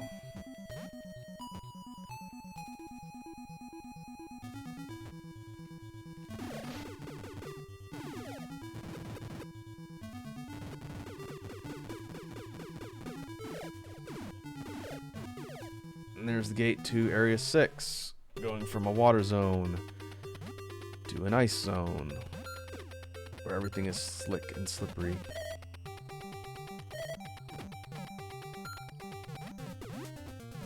This one also has a really cool theme. I'm gonna say that in every zone, but really the only song in the game I don't actively like is the very last stage, stage 8. And it's in a very fitting theme. It's just kind of creepy and weird. We'll hear it eventually. But all the rest of them are pretty solid.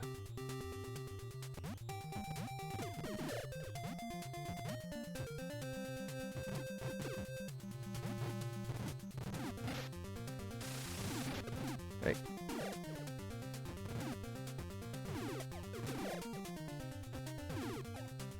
I think we need to head up and right. That's another side dungeon. We'll just keep moving towards the target on their hover. Footing is tricky here because we're sliding on the ice. And eventually there's going to be hazards directly below. Or I could die. Those bombs do pretty real damage.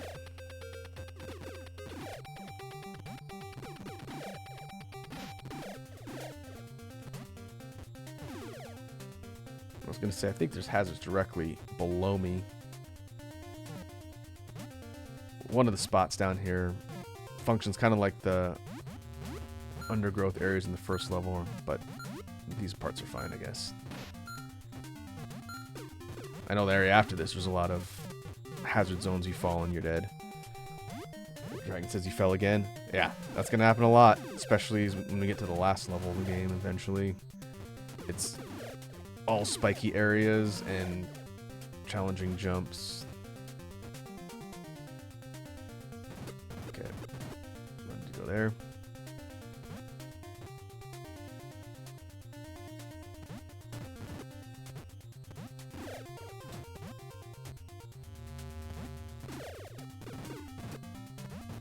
Homing. I think this is like a spike area we don't want to fall off of.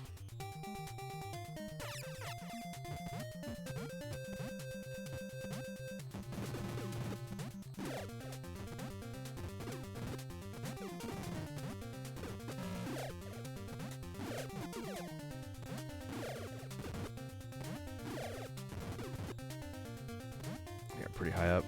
Having some hover would be good insurance, but I do not have any hover, so we can't fall.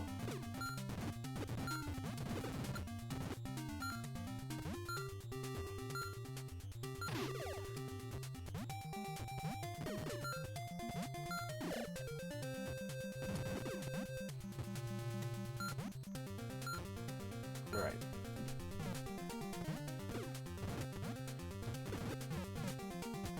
Grub's perfect enemy for insecure footing. Although now we have something that can deal with those since we picked up homing missiles. But I want to use them sparingly since we don't have a ton.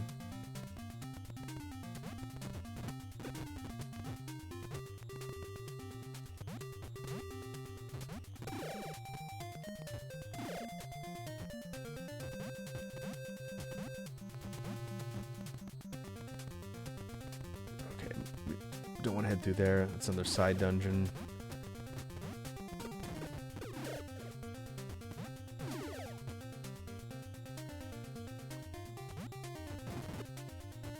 This is where we want to head, I believe.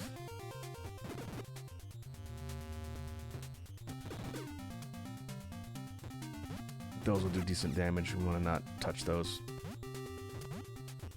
if we can avoid it. Ooh. Okay, take missiles.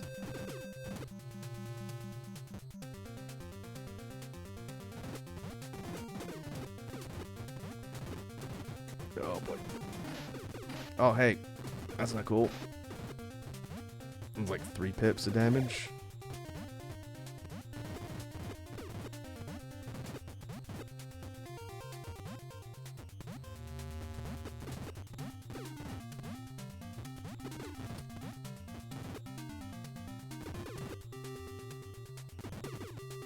Careful. I don't want to accidentally jump too high and hit the spikes.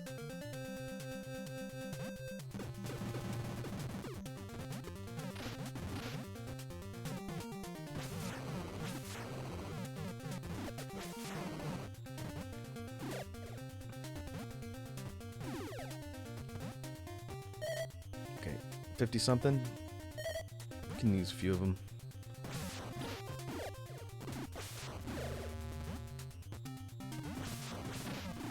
Oh, okay, that was a bit of a waste.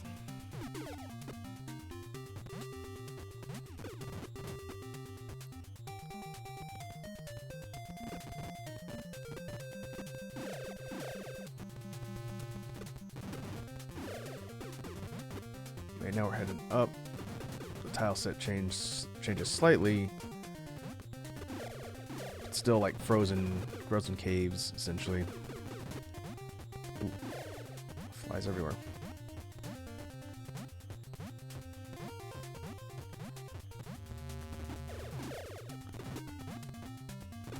Okay, we want to head this way, I believe. The other way is a loop back to the beginning of the level. I know I've made that mistake before in the past. Yeah, this is where we want.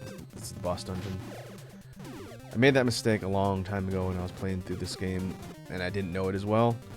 If you take the other loop path to the left, it'll take you all the way back to the beginning of the level, but there's no real way to backtrack, so you have to go through the whole level again. Which would be a colossal waste of time.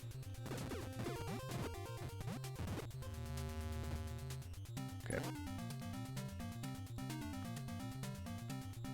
We lost all our gun power-ups.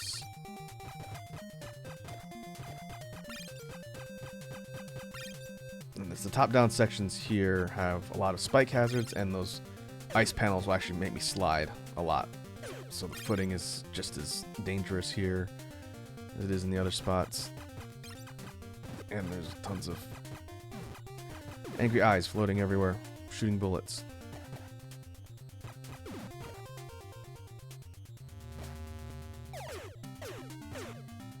Ooh, that was not worth it.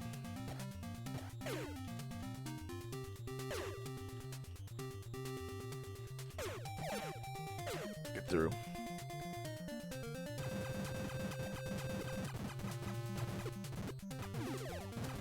Might be able to get some weapon power-ups here.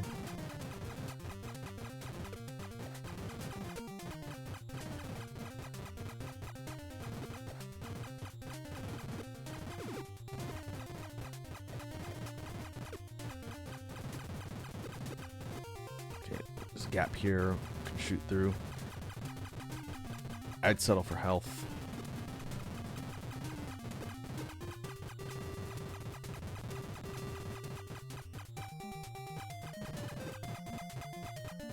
That hover's alright. Gun.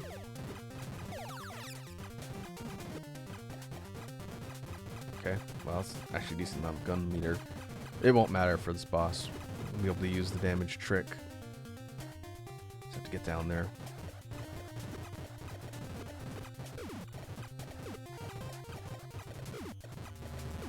Though if we can make it down there with the fully upgraded wave, which is a little bit harder to do at this point in the game.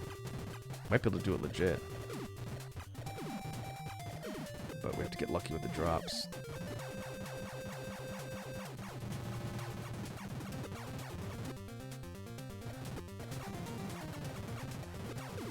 Ah! Did not do something like that.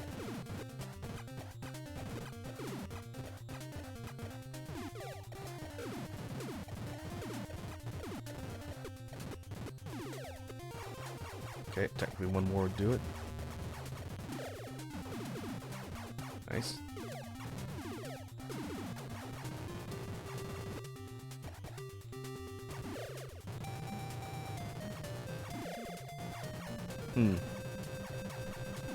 Okay. Well, we'll see how this goes.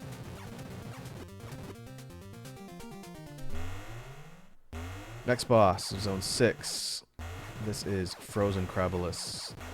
It is a stronger version of the crab with much longer arms. And it shoots more projectiles from its mouth. Head mouth thing. And it can also shoot what looks like ice blasts, which do decent damage. And there weren't my fully upgraded weapons, so we're going to try and go for it. Ow. Gotcha. Alright, now I gotta make sure I don't step into the path of that blast when the boss dies. We'll let this one rock for a bit, since I think all the bosses have more health scaling further in the game you go. We'll just be sure.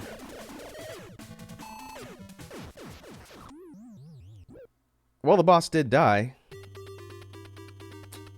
cost me a life. It's not good. We've used one continue so far. Oh, that's not good.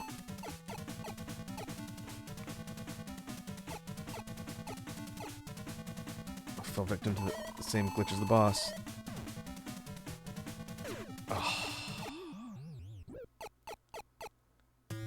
I should have done a quick save. I definitely should have done a quick save there. I was trying not to abuse the emulator. And that burn to continue. And we are back at the beginning of the level. All the way back to the beginning. That's 2 continues. Again, I think there's 4 total. 3 or 4. I was really hoping to get through 6 and 7 without burning a continue.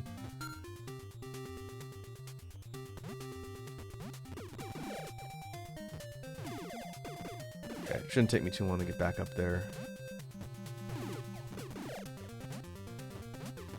Just need to not do anything stupid and die on the screens before.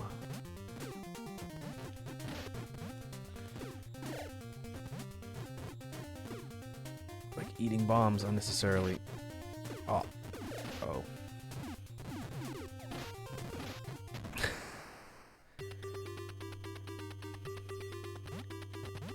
I did what I said I was not gonna do. Ow.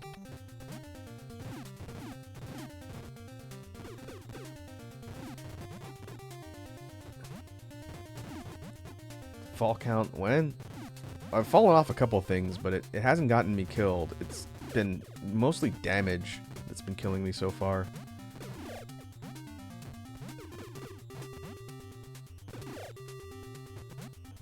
Like, you just wait, like, the last level specifically, if you fall off a platform, you can just hit spikes and die in a couple hits.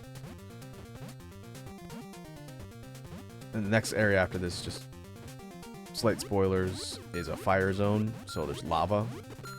And lava functions like all of the hazards we've seen up to this point, where if you fall in lava, then it pretty much kills you almost instantly.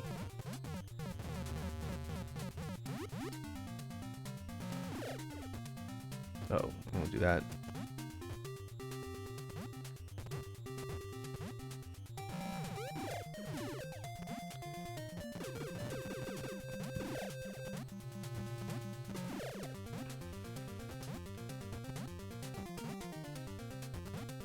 Okay, should be right.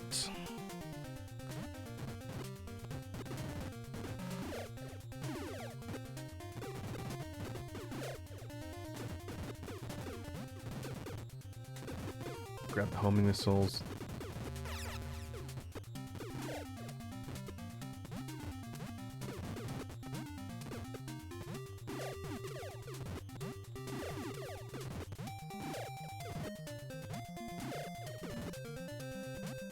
Don't have any hover, so we're going across the top here. And this is where falling really matters.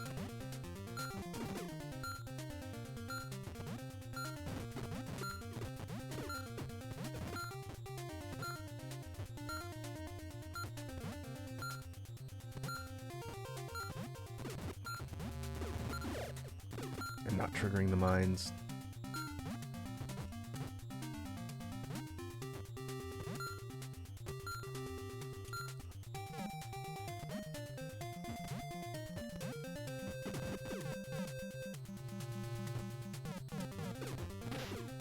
I don't know what's down there. I'm gonna assume death.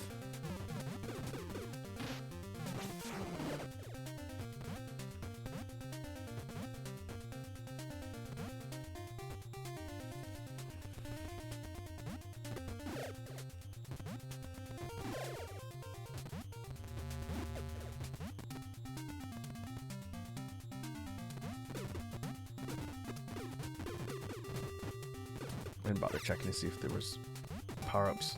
Yep, there are.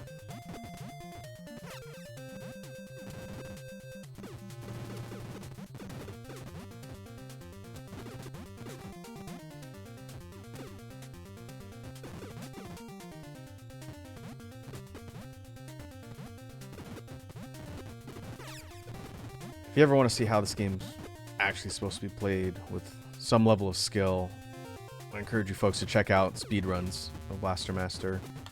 I don't know what the current world record is, but I want to say it's under an hour.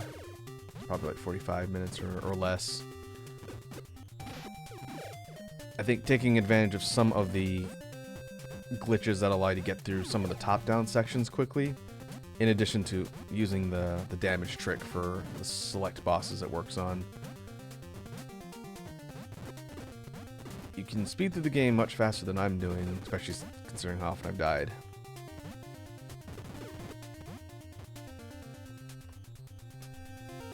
But I'm content to just play through the game and hopefully get to the end. I'm not too worried about doing it quickly and or impressively. Uh-oh. Don't forget that I got homing missiles.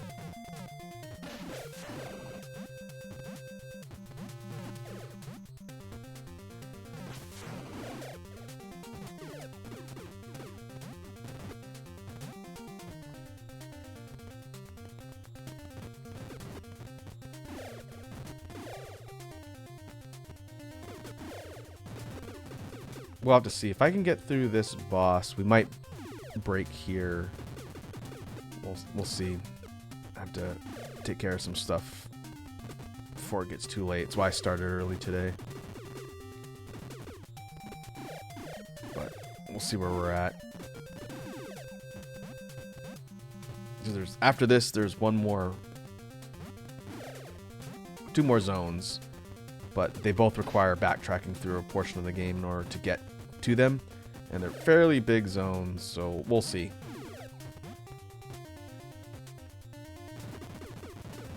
It'd be nice to breeze through the game in one session, but honestly, we're probably looking at like another potential hour of getting through zones, so let's do this one and just see where we're at.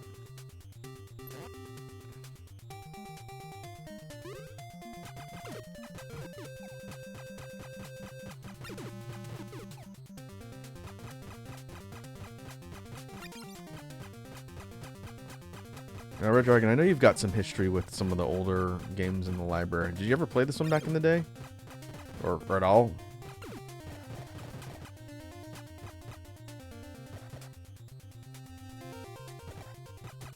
Just gonna keep moving. Ah, okay. So this is the first time you're seeing a lot of this stuff?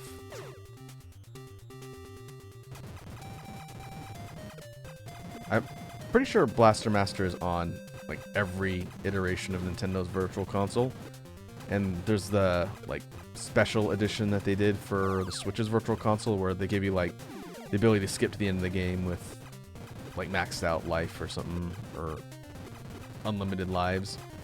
I don't recommend doing that. If you're gonna play this game, I recommend playing it from the beginning.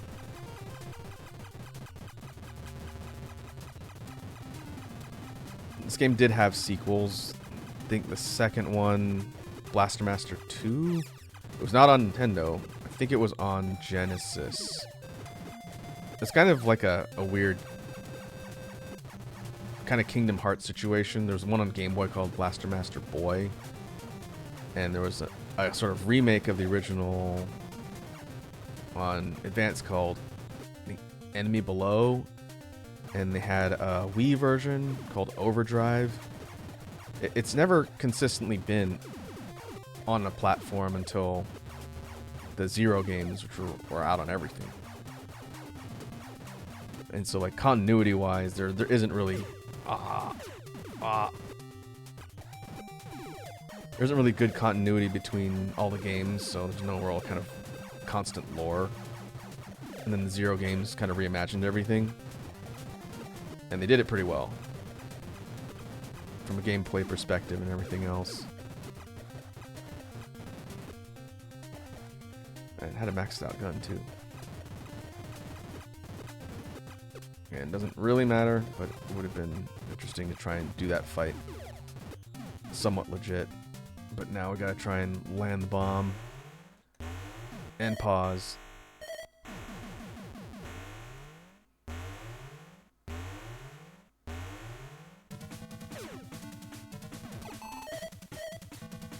Oh.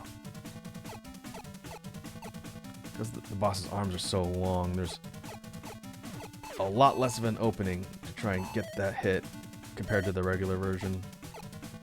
Because it can smack you from pretty much any angle, and it has those really damaging projectiles.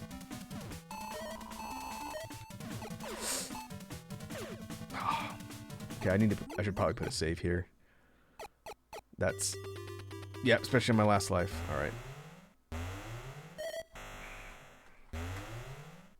If I burn another continue, I think that's my last one.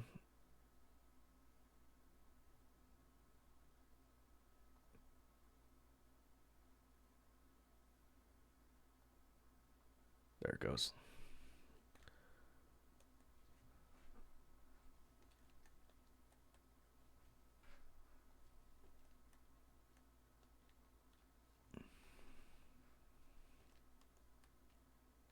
What happened? Did it freeze? Oh, there it goes.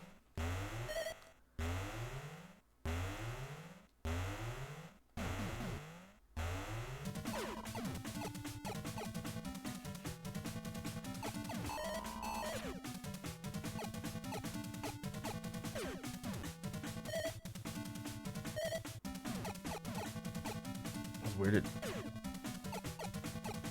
I can't tell if it changed on the broadcast, but something resized my window.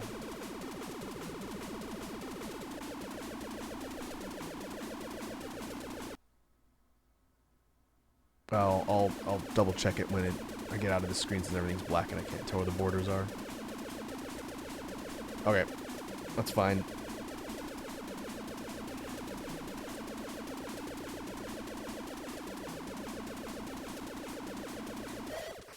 There we go.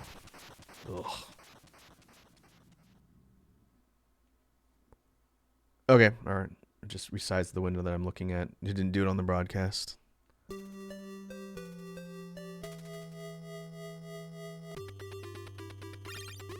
now we can piece out of here. Maybe I'll save my progress here.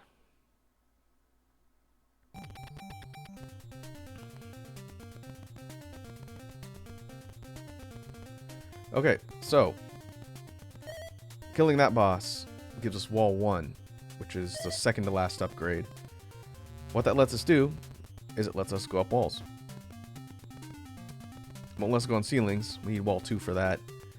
But now we can scale surfaces in order to get height instead of having to rely on flying. So to give a better example,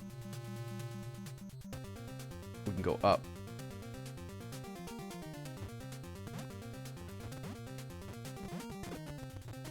And that's pretty useful. I guess let's do this for the session. Okay, stop all my weapons. I think you lose all your picked up power-ups if you get a game over. You have to use a continue. Let's get out of this area, and I'm going to get to the next zone because I know where it is. It's in area 2. And maybe we can call a session there. Because we still need to do area 7, and then we need to do area 8, and those are fairly large areas. What we could do is we could pick up in a follow-up stream, and I'll think about what to do if we get through the last of it, and there's still time to spare. Okay. Now, that was just a real quick shortcut back to the beginning of the stage. Now we're back in 5. We can go through here. We go through 4. We go through 1.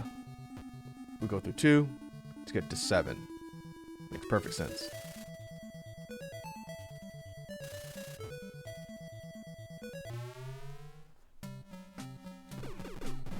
But it's pretty much just a linear shot now through all of these sections that we needed. Either a traversal power-up or something like key in order to open.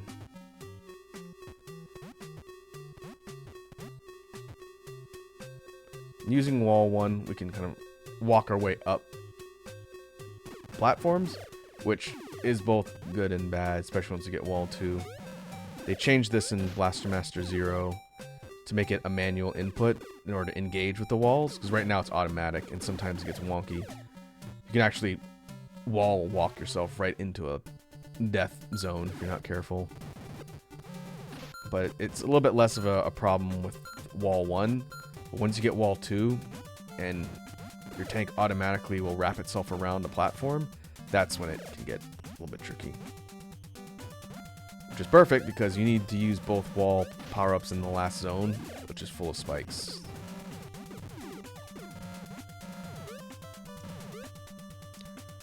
Okay, we are back in Area 1, where we started.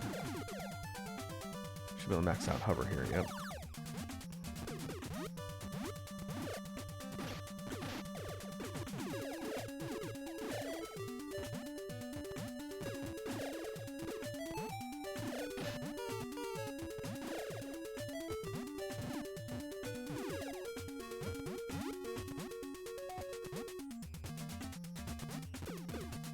Okay, it's a straight shot through to the bottom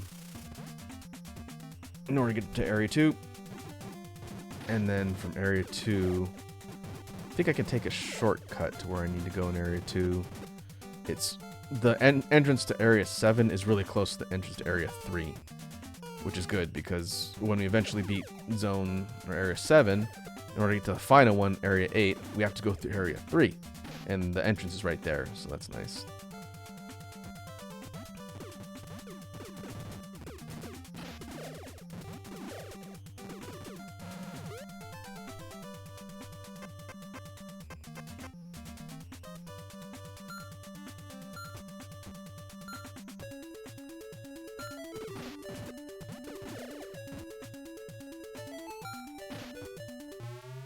Alright. Ruins, castle ruins.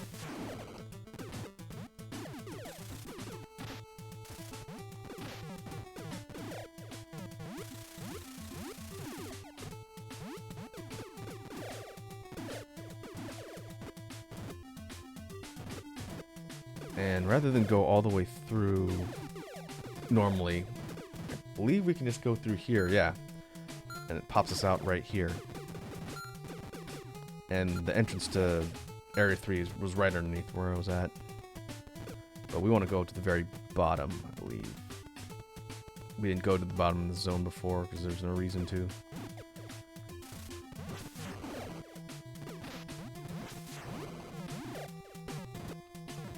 Oh, not there. It's a dead end.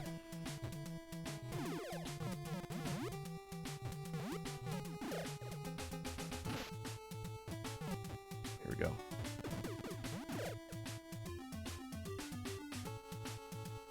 I think this is it.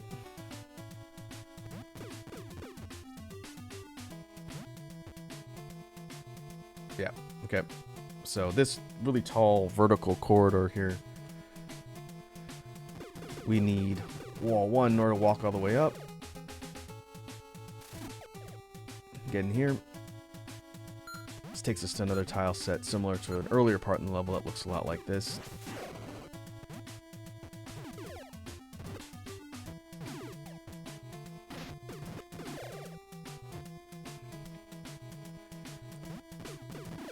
And here's our zone marker. Area 7.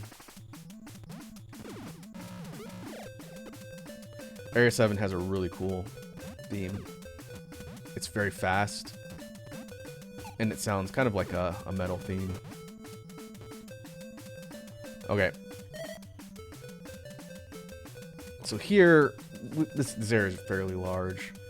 So what we'll do is, we'll do a save here.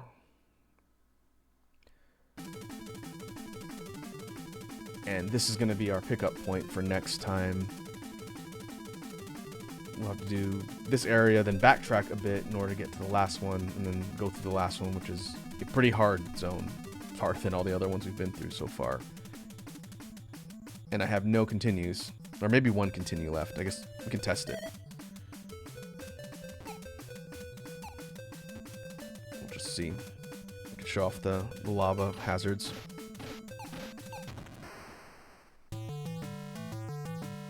Okay, we have one more continue. Well, we can test it here. I'll just burn my lives real quick and we'll see what we're working with. My thought was if we only had one continue left, I could play through the entire game again and get back to this point off stream, and we pick up with more continues. But if we got at least one, I think that's enough. We might have to do some save state scummery, but we can get to the end. Oh, he's gonna show off the fall damage.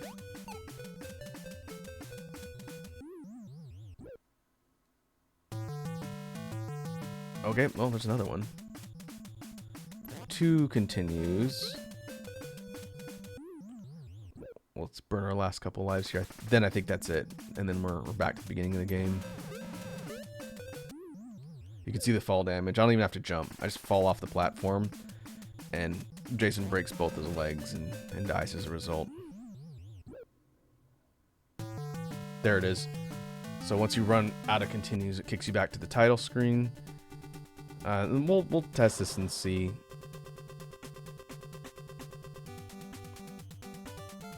Now we're back in the very first area, and yep. We got nothing. No upgrades. Nothing. Okay.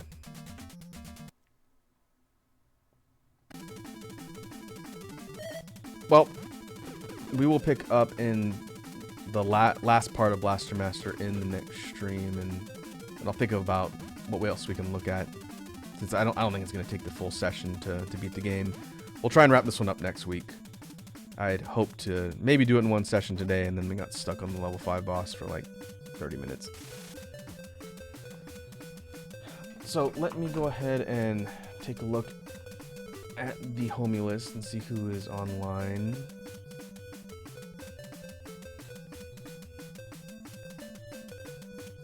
Let's see. Oh, Dio's online. What are they up to? Repo. Wow, a lot of people are playing Repo. I haven't had a chance to raid Dio in a while. We can go see how everything's going over there. So let me cue that up. What we'll do is we will go ahead and mute audio and go to outro.